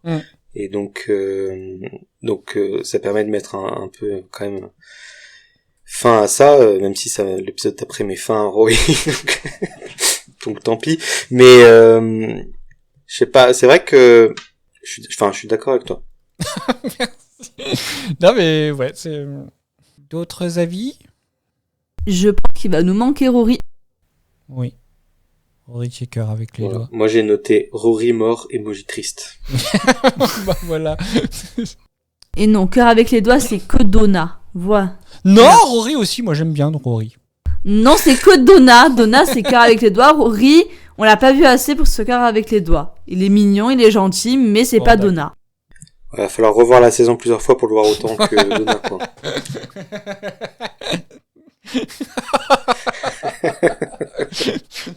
Est-ce que vous avez des choses à rajouter ? Est-ce qu'il y a un autre sujet que vous vouliez aborder auquel je n'aurais pas pensé ? Moi, j'ai dit toutes mes notes, moi. On n'a même pas parlé du docteur au final. Merde, c'est qu'à lui. De quoi ? C'est vrai qu'il y a lui. Bah oui, mais je trouve que limite c'est presque les épisodes, ce genre d'épisode, c'est assez sympa, je trouve, quand on en est presque à oublier le docteur. Pas le fait qu'il soit, parce que c'est pas qu'on le voit pas, parce que son rôle il est là, il le tient bien, il est. Oui. Et voilà, au final il porte pas tout non plus. Voilà, il fait son job, quoi. Voilà. Il met un peu en lumière un peu tout le monde et tout. Le bon comme le mauvais côté de l'humanité. Non, est-ce que vous avez des choses à dire sur le docteur ? Je réfléchis. Là, je vois pas, non. On est sur l'épisode... je crois que c'est les épisodes 8 et 9. Ouais. On est sur les épisodes 8 et 9, donc c'est 8 et 9e épisode de Matt Smith, en tant que docteur. Où qu'on en est à ce niveau-là, Eden ? Mais moi, je l'aime bien, le docteur de Matt Smith. Bon, vous savez ce que je vais dire. Oui. Qui ne remplacera pas David Tennant. Mais je l'aime bien. J'aime bien son côté un peu jovial, son côté... sa personnalité. Donc, non. Et puis, je trouve que Matt Smith le joue bien. Donc, non, je suis contente de ce docteur. Ça y est, tu t'es habitué. Tout à fait. Bon, après, j'avais pas trop de doutes sur Matt Smith parce que comme j'avais pu l'expliquer, l'ayant déjà vu en Daemon Targaryen, je savais de quoi il était capable et je l'avais aussi vu dans un autre film dont j'ai oublié le nom. Donc j'avais déjà un peu de référence par rapport à ce qu'il pouvait faire. Là où par exemple, le prochain docteur Peter Capaldi, je n'ai aucune idée de ce qu'il peut faire ni de ce que ça va donner. Donc je suis un peu plus réticente. Oh, on n'y est pas encore. Oui, j'allais dire, il y a encore le temps. Oui, non, mais c'est pour donner un comparo. Oui. Bah si, hein, tu l'as vu dans The Crown. Ah non, pas, pas Peter Capaldi. Ah non, pas Capaldi, non, mais Matt Smith. J'ai pas vu The Crown encore. T'as pas regardé The Crown ? Ouais.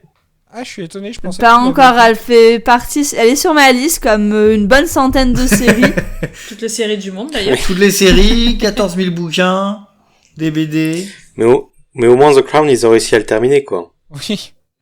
La liste. Oui. La liste de séries d'Eden, c'est ma pile à lire de livres. Je pense que je suis pire que ça. Elle augmente, mais ça lit pas, ça descend jamais, quoi. Mais c'est ça le pire. Alors que pourtant j'en regarde, tu vois, je regarde plein de trucs, mais ça ne diminue jamais. Bon, en même temps, ils sortent tellement de séries, genre, évidemment, j'ai regardé The Penguin, alors que je pouvais très bien le regarder plus tard et finir d'autres séries. Je suis en train de regarder Dune. Très bien. Alors, est-ce qu'il y a d'autres sujets que vous vouliez aborder sur ces 2 épisodes-là ? Attends, je voudrais juste revenir un petit peu sur le docteur rapidement. Oui. Je me souviens plus parce que les épisodes, je les ai regardés pratiquement juste après votre précédent enregistrement. Comment est-ce qu'il réagit parce qu'on l'a beaucoup vu pas péter des câbles, mais avoir des réactions assez virulentes envers Amy, par exemple. Dans les épisodes précédents, là, j'ai pas le souvenir qu'il s'énerve comme ça. Je trouve qu'il a gagné un peu en sagesse, enfin pas en sagesse, mais en calme. Dans le double épisode là. Ouais, dans ce. En même temps, il se voit pas trop. Bah non, pas tous les deux, mais il a aussi eu ces genres de réactions envers d'autres gens. Donc, du coup, je me demandais comment est-ce qu'il réagissait. Ouais. Parce que même envers Ambrose, en fait, il est très calme, mais il a quand même des paroles assez dures, à juste titre. Il s'énerve pas quand. Ouais. Moi, il me paraît plus dépité qu'autre chose, en fait. Ouais, quand il voit le cadavre, il dit mais qu'est-ce que t'as fait Ah mais quelle conne. Et puis c'est tout cool. Ouais. Après c'est aussi dépendant, je pense c'est ça où on voit un peu la différence entre différents scénaristes, je pense, de comment leur style, de comment ils ont envie d'écrire le docteur et puis ce genre de choses. Je pense il y a moyen qu'il y a un autre scénariste sur l'épisode et là il s'énerve, tu vois. Bah, et puis je pense qu'il y a quand même un petit... Alors ouais, c'est sûrement l'écriture, ils ont peut-être pas été aussi profonds dans le truc, mais je pense qu'il y a aussi peut-être une certaine culpabilité qu'il ressent, parce que en gros... Oui, il se sent un peu responsable des humains auprès des Siluriens. Bah non, pas que. Je pense qu'il y a aussi le fait que Ambrose, elle a réagi comme ça à cause de parce qu'ils avaient son fils. Et et en fait, elle a perdu son fils parce qu'il était avec le docteur qui ne l'a pas surveillé. Je pense qu'il y a peut-être aussi cette petite culpabilité là. Je sais pas. Culpabilité que tu comprends pas. C'est pas fou. C'est fatigant. Mais c'est drôle. Donc voilà, alors je sais pas, peut-être que... Ou alors ça se trouve, comme l'a dit Nico, est-ce qu'il y a aussi un lien avec ce qui s'est passé dans les classiques et donc il y va vraiment, on va dire, en marchant un petit peu sur des œufs avec eux pour justement éviter que ça se termine comme ça s'est terminé dans l'ère classique où il explique que au final il n'y a eu aucun survivant, je sais pas. Autre chose ? Non. Très bien. Alors je vous écoute pour votre élément marquant, Eden. Oh, je pense que je vais pas être très original, on en a déjà parlé au tout début de l'épisode. C'est les quelques minutes de fin où on voit du coup le docteur qui regarde ce qu'il a attrapé de la faille et qui le met contre le TARDIS, et là il réalise qu'il a la confirmation que c'est bien au bout du TARDIS qu'il a dans la main et qu'il était dans la faille. Qui est vrai, qui est inquiétant ce passage-là. Je me demande bien ce qui se passe après. Plus d'être inquiétant, comme tu dis Nico, en fait ça apporte plein de questions sur qu'est-ce que ça veut dire, qu'est-ce qui va se passer après, surtout qu'on sait qu'il reste pas beaucoup d'épisodes normalement, on a fait plus de la moitié de la saison, il doit rester il y a 2 épisodes qui nous séparent du final. Donc en plus, tu sais que comme le final approche, tu sais que ça va s'accélérer en fait, qu'il va y avoir plein de trucs qui vont se passer. Donc ça donne encore plus envie et ça te fait poser plein de questions et du coup, voilà.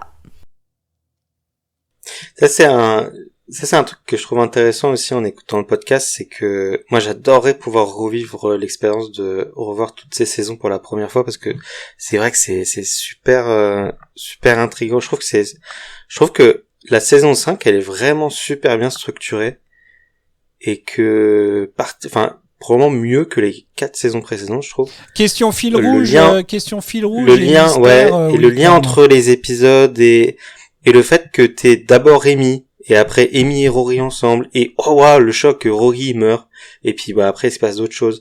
Je trouve que il se passe, je Je trouve que, ouais, je sais pas, je trouve il y a un sentiment d'aventure, je trouve, en parcourant la saison, qui marche super bien et qui la rend ultra efficace.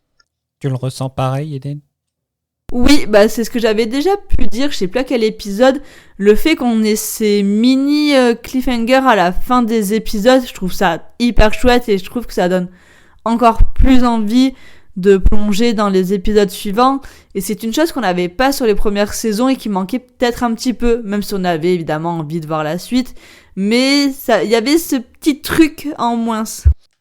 En fait, le fil rouge, il était sur l'ère Davis, ils étaient vachement, entre guillemets, tellement subtils, et en même temps pas plus que ça, qu'à la fin, c'était presque grossier. Enfin voilà, quand on repense par exemple à la première saison où c'était ils balançaient des petits méchants loups, enfin voilà, et au final tout ça pour à la fin, oh bah oui super, méchant loup c'est ça. Enfin je sais pas, il y a pas de, c'est pas, ça rend pas le truc intéressant en fait, ça nous tient pas en haleine. On sait que on arrive à se dire bah c'est ça le fil rouge.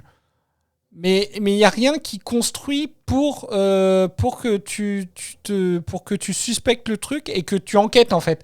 Alors que du coup, là on est sur une saison où plus ça avance, plus le fil rouge avance et se dévoile entre guillemets, et donc du coup t'en viens à finalement en fait tout le long de la série, enfin tout le long de la saison, à faire toi-même tes propres théories, à essayer de voir un petit peu ce qui match, ce qui va dedans, ce qui... Et je trouve qu'à ce niveau-là, c'est clair que par rapport aux 4 premières saisons, les fils rouges sont mieux construits. Ah, mais totalement d'accord avec ce que tu viens de dire, en fait. Tu l'as tellement mieux dit que moi. Doraline, j'en avais pas spécialement noté. Alors bon, évidemment, ce qui arrive à Rory est affreux. C'est affreux. Mais non, après je dirais plutôt un personnage marquant. Moi j'ai beaucoup aimé Eldan, c'est pour ça que je l'ai nommé le grand sage, parce que et on en a pas beaucoup parlé, c'est marrant. Ah mais tu veux qu'on en parle? Non, j'ai demandé si vous vouliez d'autres sujets. Non, parce qu'au final il y a pas grand chose à en dire non plus, de là à en parler pendant un petit peu, mais j'ai la figure de grand sage, et puis pour le coup enfin voilà, il remet tout le monde en sommeil, enfin il choisit de pas te sacrifier, mais de sacrifier à nouveau Milan de son espèce parce qu'il y a eu une bêtise qui a été faite, voilà, je trouve que c'est un personnage super intéressant, et je dirais que c'est plutôt pas un moment marquant, mais un perso marquant pour cet épisode-là. Est-ce que c'est vraiment... Alors là, je vais rentrer dans un débat super philosophique. Est-ce que c'est vraiment un sacrifice quand du coup, enfin, il va pas mourir en fait. Ils vont s'endormir entre guillemets pour 1000 ans. Je sais pas si. Alors, je minimise vachement le truc. Hein, c'est sûrement horrible la façon dont je le dis. Mais enfin, je sais pas. Est-ce que c'est vraiment un sacrifice, ou de se dire, oh, bah finalement, il se rend compte que bah c'est encore pas le moment. Il se dit, oh bah on aura peut-être plus de chance dans 1000 ans. Bah déjà d'avoir la sagesse de se l'avouer en fait, je trouve ça. Enfin, je trouve que se dire, bah ouais, en fait, bah je regarde ma race, je regarde les miens, et bah je constate qu'ils sont pas prêts, donc bah on va aller retourner dormir pendant qu'ils le seront. Je trouve déjà ça très sage, en fait. Ouais, puis tu te dis... Enfin, je trouve que c'est quand même un petit sacrifice, parce que tu te dis, bah, mon espèce, elle va encore pas évoluer pendant 1000 ans, quoi. Puis c'est surtout qu'au final, c'est vrai que quand on y pense, c'est 1000 ans pendant lesquels il peut tout arriver. Hein. Si admettons, il y a la Terre qui est détruite, bah eux, ils peuvent rien faire. Hein. Ouais, voilà, ils se prennent le réchauffement climatique. Hein. Oui, c'est vrai. Parce qu'en plus, si tu vas plus loin, du coup, ils payent les conséquences des actes des humains à la surface, alors qu'eux ont rien demandé, en fait. Bah oui, alors que c'était eux les premiers. Mais je suis bien d'accord, il inspire la sympathie. Et t'as un peu de la peine à la fin pour lui, parce que tu dis que finalement... Le mec, il avait un peu d'espoir, et puis au final, il se retrouve un peu douché. La clim qui se prend, quoi. Je parle de Jones. Pierre! Moi, ça va être une scène dans le 2e épisode, quand ils se mettent autour d'une table pour discuter et pour essayer d'avancer dans le bon sens. Bah, sans y voir forcément entre guillemets l'actualité, mais c'est le genre de situation qui pourrait qui pourrait servir, que les gens se mettent autour d'une table et discutent entre eux et essayent d'avancer dans le même sens, en espérant qu'il n'y ait pas quelqu'un qui foute la merde pour tout faire péter. Mais c'est vrai qu'en regardant l'épisode, j'avais pensé aussi, je me suis dit, il y a pas mal de similitudes avec les guerres actuelles. Et je sais, c'est très très utopiste ce que je dis, mais au final, je pense que tu le regardes dans 10 ans, ça peut toujours marcher. Oui, c'est clair. Une pensée pour vous qui nous écouterez près de Noël. Si vous êtes avec un beau-frère que vous détestez, pensez à lui. Mettez-vous autour d'une table et discutez avec lui.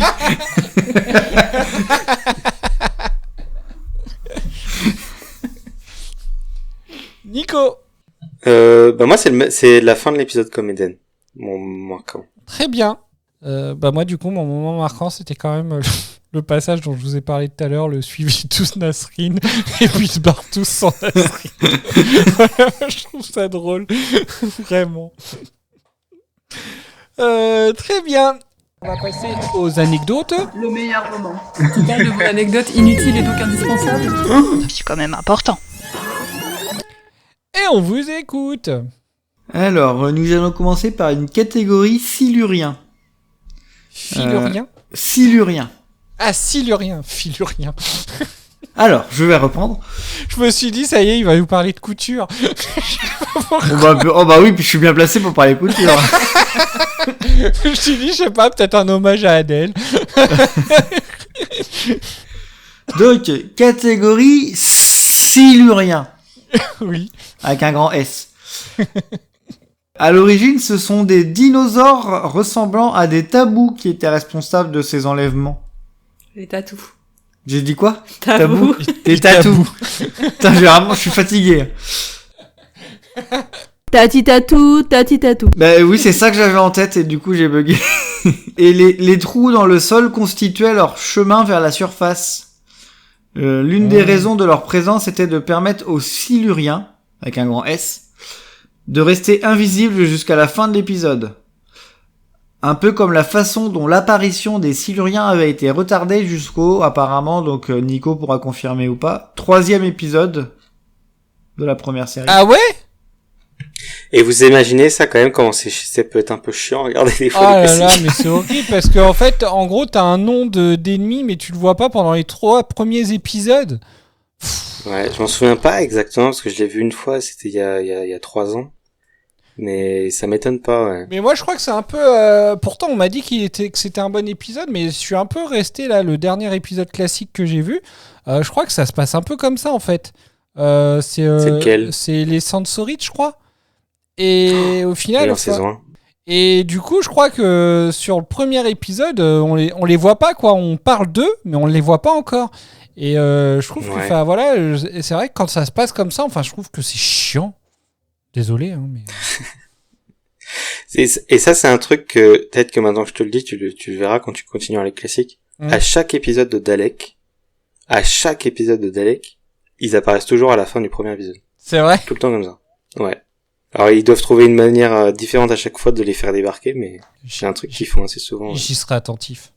Et du coup, donc c'est toujours dans la catégorie silurien, mais on pourrait presque faire que c'est aussi une catégorie, ils avaient plus de budget.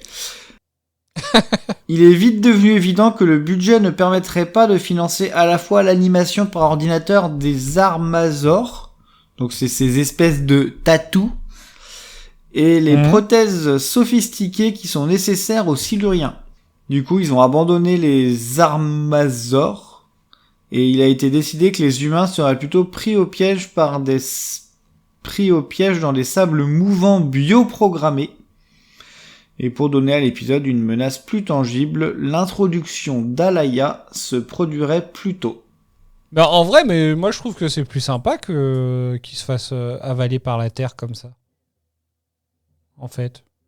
Ouais, j'ai trouvé justement cette scène, je l'ai vachement bien aimée, la scène où Amy elle se fait avaler. Je trouve elle est vachement...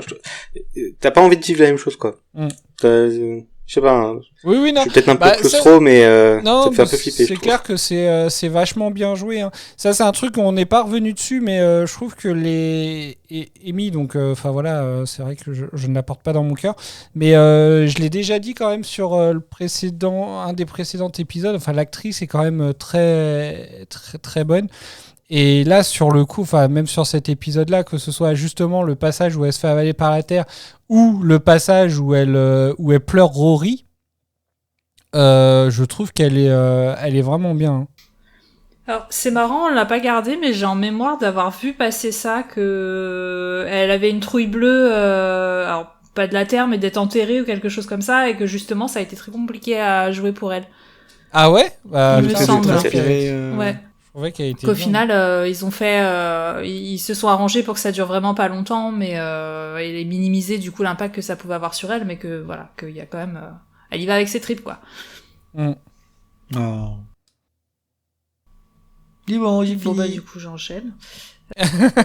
Du coup, alors l'idée du forage a été inspirée par quelque chose de réel, donc le Kola Super Deep Borehole, aussi appelé le forage SG3. Alors en fait, c'est un projet scientifique russe qui a été lancé en 70 près de la frontière norvégienne.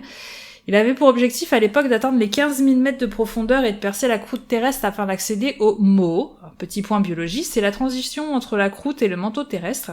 Et du coup, c'est le MOO, M-O-H-O. Ah, c'est pour ça qu'il s'appelle Mo j'avais pas fait le rapprochement. Je sais pas. Juste, il s'appelle Mo, M-O, mais... Voilà. Et son frère, du coup, il s'appelle O. Ouais, mais on n'a pas fait le frère du grand-père dans la généalogie.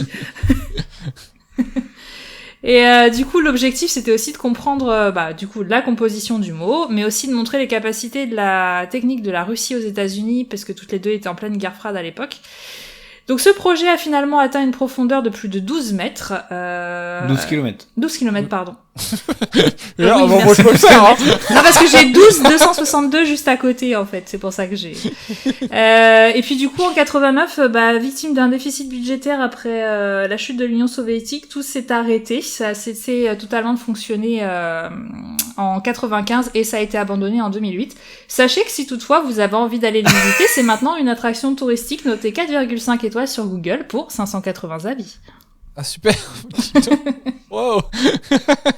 Bien si on s'ennuie un samedi après-midi. Si on sait pas quoi faire un week-end. Bon après, pour faire honneur à Adèle et en faire une inutile et donc complètement indispensable, sachez que Matt Smith a fêté son 27e anniversaire lors du tournage de cet épisode. Waouh. Voilà. Oh, j'adore. Du coup, il avait un silurien dans son gâteau. Comme à l'enterrement de vie de garçon comme le docteur qui sort. Peut-être c'est Rory qui s'est mis dedans pour se... On retiendra quand même qu'on s'est cassé le cul à faire des anecdotes ultra complètes et celle qui plaît le plus à Eden, c'est la plus inutile et donc la plus indispensable. C'est vrai, il y a eu son petit « Oh !» Comme si ça avait été un chat dans le gâteau, mais non. Non, ça va, j'en ai assez d'un qui me fait des bêtises, alors dans le chat dans le gâteau, mais ça va pas la tête. C'est peut-être bon, hein. Très bien. Du coup, est-ce que vous vouliez en redonner une autre ou on s'arrête là? Et quoi d'autre? Parmi les éléments retirés de l'aventure, les Siluriens animaient les racines des arbres dans le cimetière pour entraîner des gens dans le sol. C'était censé être le mécanisme par lequel le docteur et Nasrin se rendaient dans la ville silurienne avant que Chris Chibnall se réalise que ça serait plus simple s'ils utilisaient le TARDIS. Bah oui. Mais elle a oublié certainement il a oublié que ça existait, ouais. Bah aussi, mais du coup, parce que au moins ça aurait expliqué le coup du cimetière. Parce que ça, au final, ça reste un peu en suspens. On sait que finalement, ça vient d'eux, mais on sait pas pourquoi, on sait pas comment. Qu'est-ce qu'ils font, des corps? Oh mon Dieu. Bah voilà, clairement. Est-ce que c'est pour faire du compost ou j'en sais rien? Mais faut bien manger, hein. Et aussi, peut-être. N'oubliez pas de jeter vos épluchures.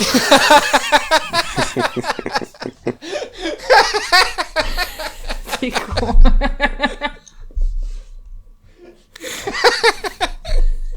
Non mais déjà ça, et puis au final, moi en fait, le fait qu'ils utilisent le TARDIS, c'est ça qui fait que je comprends pas pourquoi Nasrin et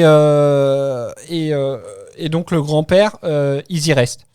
Parce que je me dis, mais pourquoi il va pas juste éteindre la foreuse et puis il redescend avec le TARDIS pour les chercher en fait. C'est ça que je comprends pas en fait. La présence du TARDIS et l'utilisation finalement du TARDIS, elle retire tout le côté un petit peu contre-la-montre qu'ils ont. Puisque c'est pareil, hein, le TARDIS, il est censé voyager dans le temps et l'espace, donc même s'ils y sont 12 minutes avant, sachant qu'il y avait déjà plus personne 15 minutes avant en haut, il peut très bien revenir à 15 minutes avant en fait. Oui, alors il était censé atterrir à Rio, hein, donc bon, niveau exactitude... C'est vrai. T'imagines là au moment où ils sont remontés, ça se trouve ils seraient atterris à Rio en fait. Enfin bref, ça n'a aucun sens. Mais enfin voilà, moi je trouve que c'est un peu c'est vraiment le passage un peu dommage que je trouve pas logique. Voilà. Très bien. Eh ben merci pour ces anecdotes. Merci. Bah Eden, ton état d'esprit du coup pour le prochain épisode, t'as vu un trailer ? Oui, j'ai vu le trailer. Parce et que moi, je me rappelle un peu du trailer. J'ai bien été attentif moi sur les fichiers que je regarde, je n'ai aucun trailer. Donc voilà, c'est bien. Je les ai pas non plus. C'est bien que vous les ayez sur Prime du coup. Donc Eden. Alors, du coup, donc le trailer m'a appris qu'on allait dans le passé, qu'on allait avoir un personnage historique. Oui. Donc j'avais déjà entendu que Jean-Jacques. ce personnage... Jean-Jacques. El Famoso. El Famoso Jean-Jacques. Oui. Donc tu avais entendu que... Donc je savais que ce personnage allait arriver à un moment donné, je ne savais pas avec quel docteur, dans quelle saison, etc. Mais je savais qu'on allait avoir ce personnage historique qui allait intervenir à un moment donné. Et si je dis pas de bêtises, c'est peut-être celui-là que j'ai confondu avec Churchill, où c'est un épisode qui est vachement apprécié, qui est souvent cité dans les épisodes historiques comme un des meilleurs. Je vais pas encore une fois de plus me tromper. Donc voilà, donc j'ai hâte de le voir parce que ayant ces informations en tête, qui sont peut-être erronées, comme je le répète, bah, ça me donne envie de le voir. Très bien. Très bien. Eh ben très bien, merci. Eh ben, c'est là-dessus que notre épisode se termine. On se retrouve très vite pour le prochain épisode dans lequel le docteur et Amy font un tour dans le passé, comme vient de le dire Eden, à la rencontre d'un personnage historique, comme vient de le dire Eden. Voilà. Bon. Est-ce que tu as passé un bon moment avec nous ? Ouais, bon, super. Bah, c'est cool. Je vais spoiler, de toute façon, tu reviens au prochain épisode. Pour le coup. On te revoit. Alors bon, c'est vrai que sur cet épisode-là, à la base, c'était pas trop prévu. C'était un peu la surprise. Ça fait plaisir. Du coup, bah écoute, ça nous a fait plaisir à nous aussi, en tout cas, de t'avoir. C'était très sympa. Ça faisait un moment que j'espérais pouvoir t'avoir sur un retardis. Même si malheureusement, bah du coup, c'est tombé sur un épisode que t'as pas particulièrement aimé. En vrai, moi, j'étais super content de t'accueillir sur cet épisode parce que justement, il y avait un lien avec les classiques. Donc voilà. Oui. Ouais, j'y avais pensé aussi, mais... Comment c'est bien foutu. Alors, comme à chaque émission, un remerciement à nos tipeuses Rose, Lily, Tiffany et Corsettilou pour leur soutien. Si vous voulez faire comme elles, vous trouverez les informations en description. Nos autres émissions Vortex, au-delà du retardis, notre émission thématique, dont 2 épisodes sont sortis le 23 novembre dernier au sujet de la convention Wuvians à Moulins. Voilà, un épisode sur la convention en elle-même et un épisode spécial sur le cosplay. N'hésitez pas à aller l'écouter. Ils sont top. Merci, c'est gentil. Durant cette convention, j'ai pu échanger du coup avec les fans et certains m'ont vachement étonné en me disant qu'ils n'avaient pas regardé. Certains ne voulaient même pas regarder la série qui était sur Disney+. Et pourtant, sur cette série, nous avons aussi sorti un podcast donc qui s'appelle New TARDIS Experience, sur laquelle vous pouvez retrouver Nico, qui fait partie de l'équipe de New TARDIS Experience. Et d'ailleurs, le 25 décembre, un nouvel épisode qui va sortir sur la plateforme Disney+, donc le fameux épisode de Noël qui ouvrira peut-être la saison 2 de la série Disney+. Donc Nico, pour les gens qui voilà, moi j'étais étonné pendant la convention d'avoir des gens qui me disent carrément qui ne veulent pas regarder la série Disney+. Pour certains, elle s'est arrêtée. Elle s'est arrêtée en fait, elle n'existe plus même, limite. Hein. On renie Doctor Who à fond là. Ouais. Voilà, est-ce que tu aurais un message à dire à ces personnes qui sont un peu frileuses à l'idée de se relancer dans cette nouvelle série? Bah déjà, ils ont beaucoup de chance parce que quand ils écouteront ça, ils auront déjà un épisode Doctor Who dans quelques jours. Oui. Moi, je dois attendre encore longtemps, encore 20 jours. Vrai. Mais ouais, c'est vrai que moi aussi, ça m'avait surpris. Mais en fait, je pense qu'il y a tout un type de fan de Doctor Who qui... je suppose qu'il y a plein de choses qui rentrent en jeu, mais il y a des gens qui, visiblement, ont vraiment aimé la période de Doctor Who qu'ils ont regardé quand il y a du coup bientôt 20 ans. Hein. Ça commence à faire vieux. Et qui se sont qui ont un peu arrêté. Je dirais que aussi la diffusion en France a été tellement difficile, notamment là, c'est encore impossible de regarder les saisons de Whittaker. Oui, les saisons 11 à 13 sont introuvables nulle part. Donc c'est quand même assez terrible. Moi après, s'ils ont aimé Doctor Who et qu'ils nous écoutent et que ils ont toujours pas vu les nouvelles saisons et que pourtant ils ont vu tout le reste, bah je pense moi, je les encourage quand même à regarder, à être un peu curieux et à voir cette nouvelle version. C'est sûr que c'est très différent à chaque fois. Je pense que, je le dis souvent, mais je pense que si Doctor Who s'amusait à continuellement à refaire ce qu'il faisait avant, la série serait morte en fait. Parce que aucune série ne peut continuer pendant 20 ans sans évoluer à aucun moment. Donc forcément, c'est très différent, mais moi, c'est ce que j'adore, évidemment. Et mais je pense que... Mais je peux... Si on n'aime pas, on n'aime pas, et puis c'est tout, hein, c'est pas très grave, mais je pense qu'il faut... c'est cool de rester curieux quand même. Oui, après, ça reste une série quand même, c'est une série qui est basée sur le changement de base, donc de toute façon, enfin voilà. Mais je pense qu'il faut pas se fermer, qu'il faut essayer de la découvrir, et puis voilà, ça se trouve, vous aurez des bonnes surprises, ça se trouve, vous allez pas aimer, ça vous confirmera, mais au moins, vous saurez pourquoi vous n'aimez pas, plutôt que... Voilà. Ouais. Et aussi, en vrai, dans cette saison, moi, ça fait un moment, du coup, hein. Donc, il y a eu le temps un peu d'y repenser. Et c'est vrai que sur cette saison, il y a quand même d'excellents épisodes à voir absolument, je pense. Donc en tout cas, on vous encourage à découvrir donc cette nouvelle série. Et puis si vous avez besoin d'un accompagnement entre guillemets, n'hésitez pas à à la découvrir en même temps que New TARDIS Experience, dans laquelle Chloé découvre elle complètement l'univers de Doctor Who. C'est un peu notre Eden, mais du côté de de New TARDIS pour le coup. Donc voilà. N'oubliez pas non plus nos réseaux sociaux, Facebook, X, Instagram. N'hésitez pas à nous faire vos retours ou à nous envoyer vos avis en passant par ici ou même par mail à retardisexperience@gmail.com. N'hésitez pas aussi à noter et commenter nos émissions et épisodes sur les plateformes Spotify, Podcast Addict, Apple, etc. Voilà, ça nous fait toujours plaisir d'avoir quelques retours. Et puis voilà. Voilà, toutes les informations dont vous pourriez avoir besoin se trouvent en description de l'épisode. Et puis pour le coup, on se retrouve maintenant, on se retrouvera l'année prochaine. Voilà, passez de bonnes vacances, de bonnes fêtes. Et à l'année prochaine. Salut. Kenavo. Bonne année. À bientôt. À l'année prochaine.